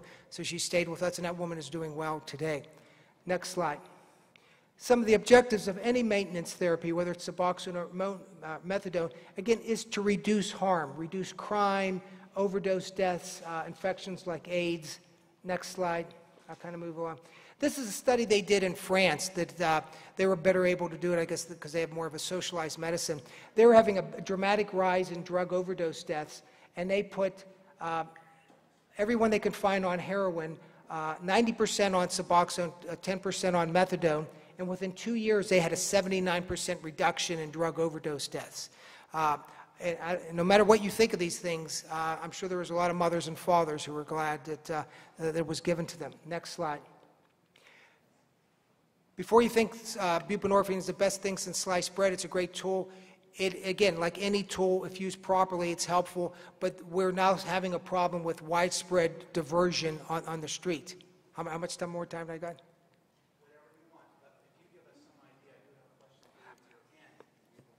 I probably 10, 15 minutes to go.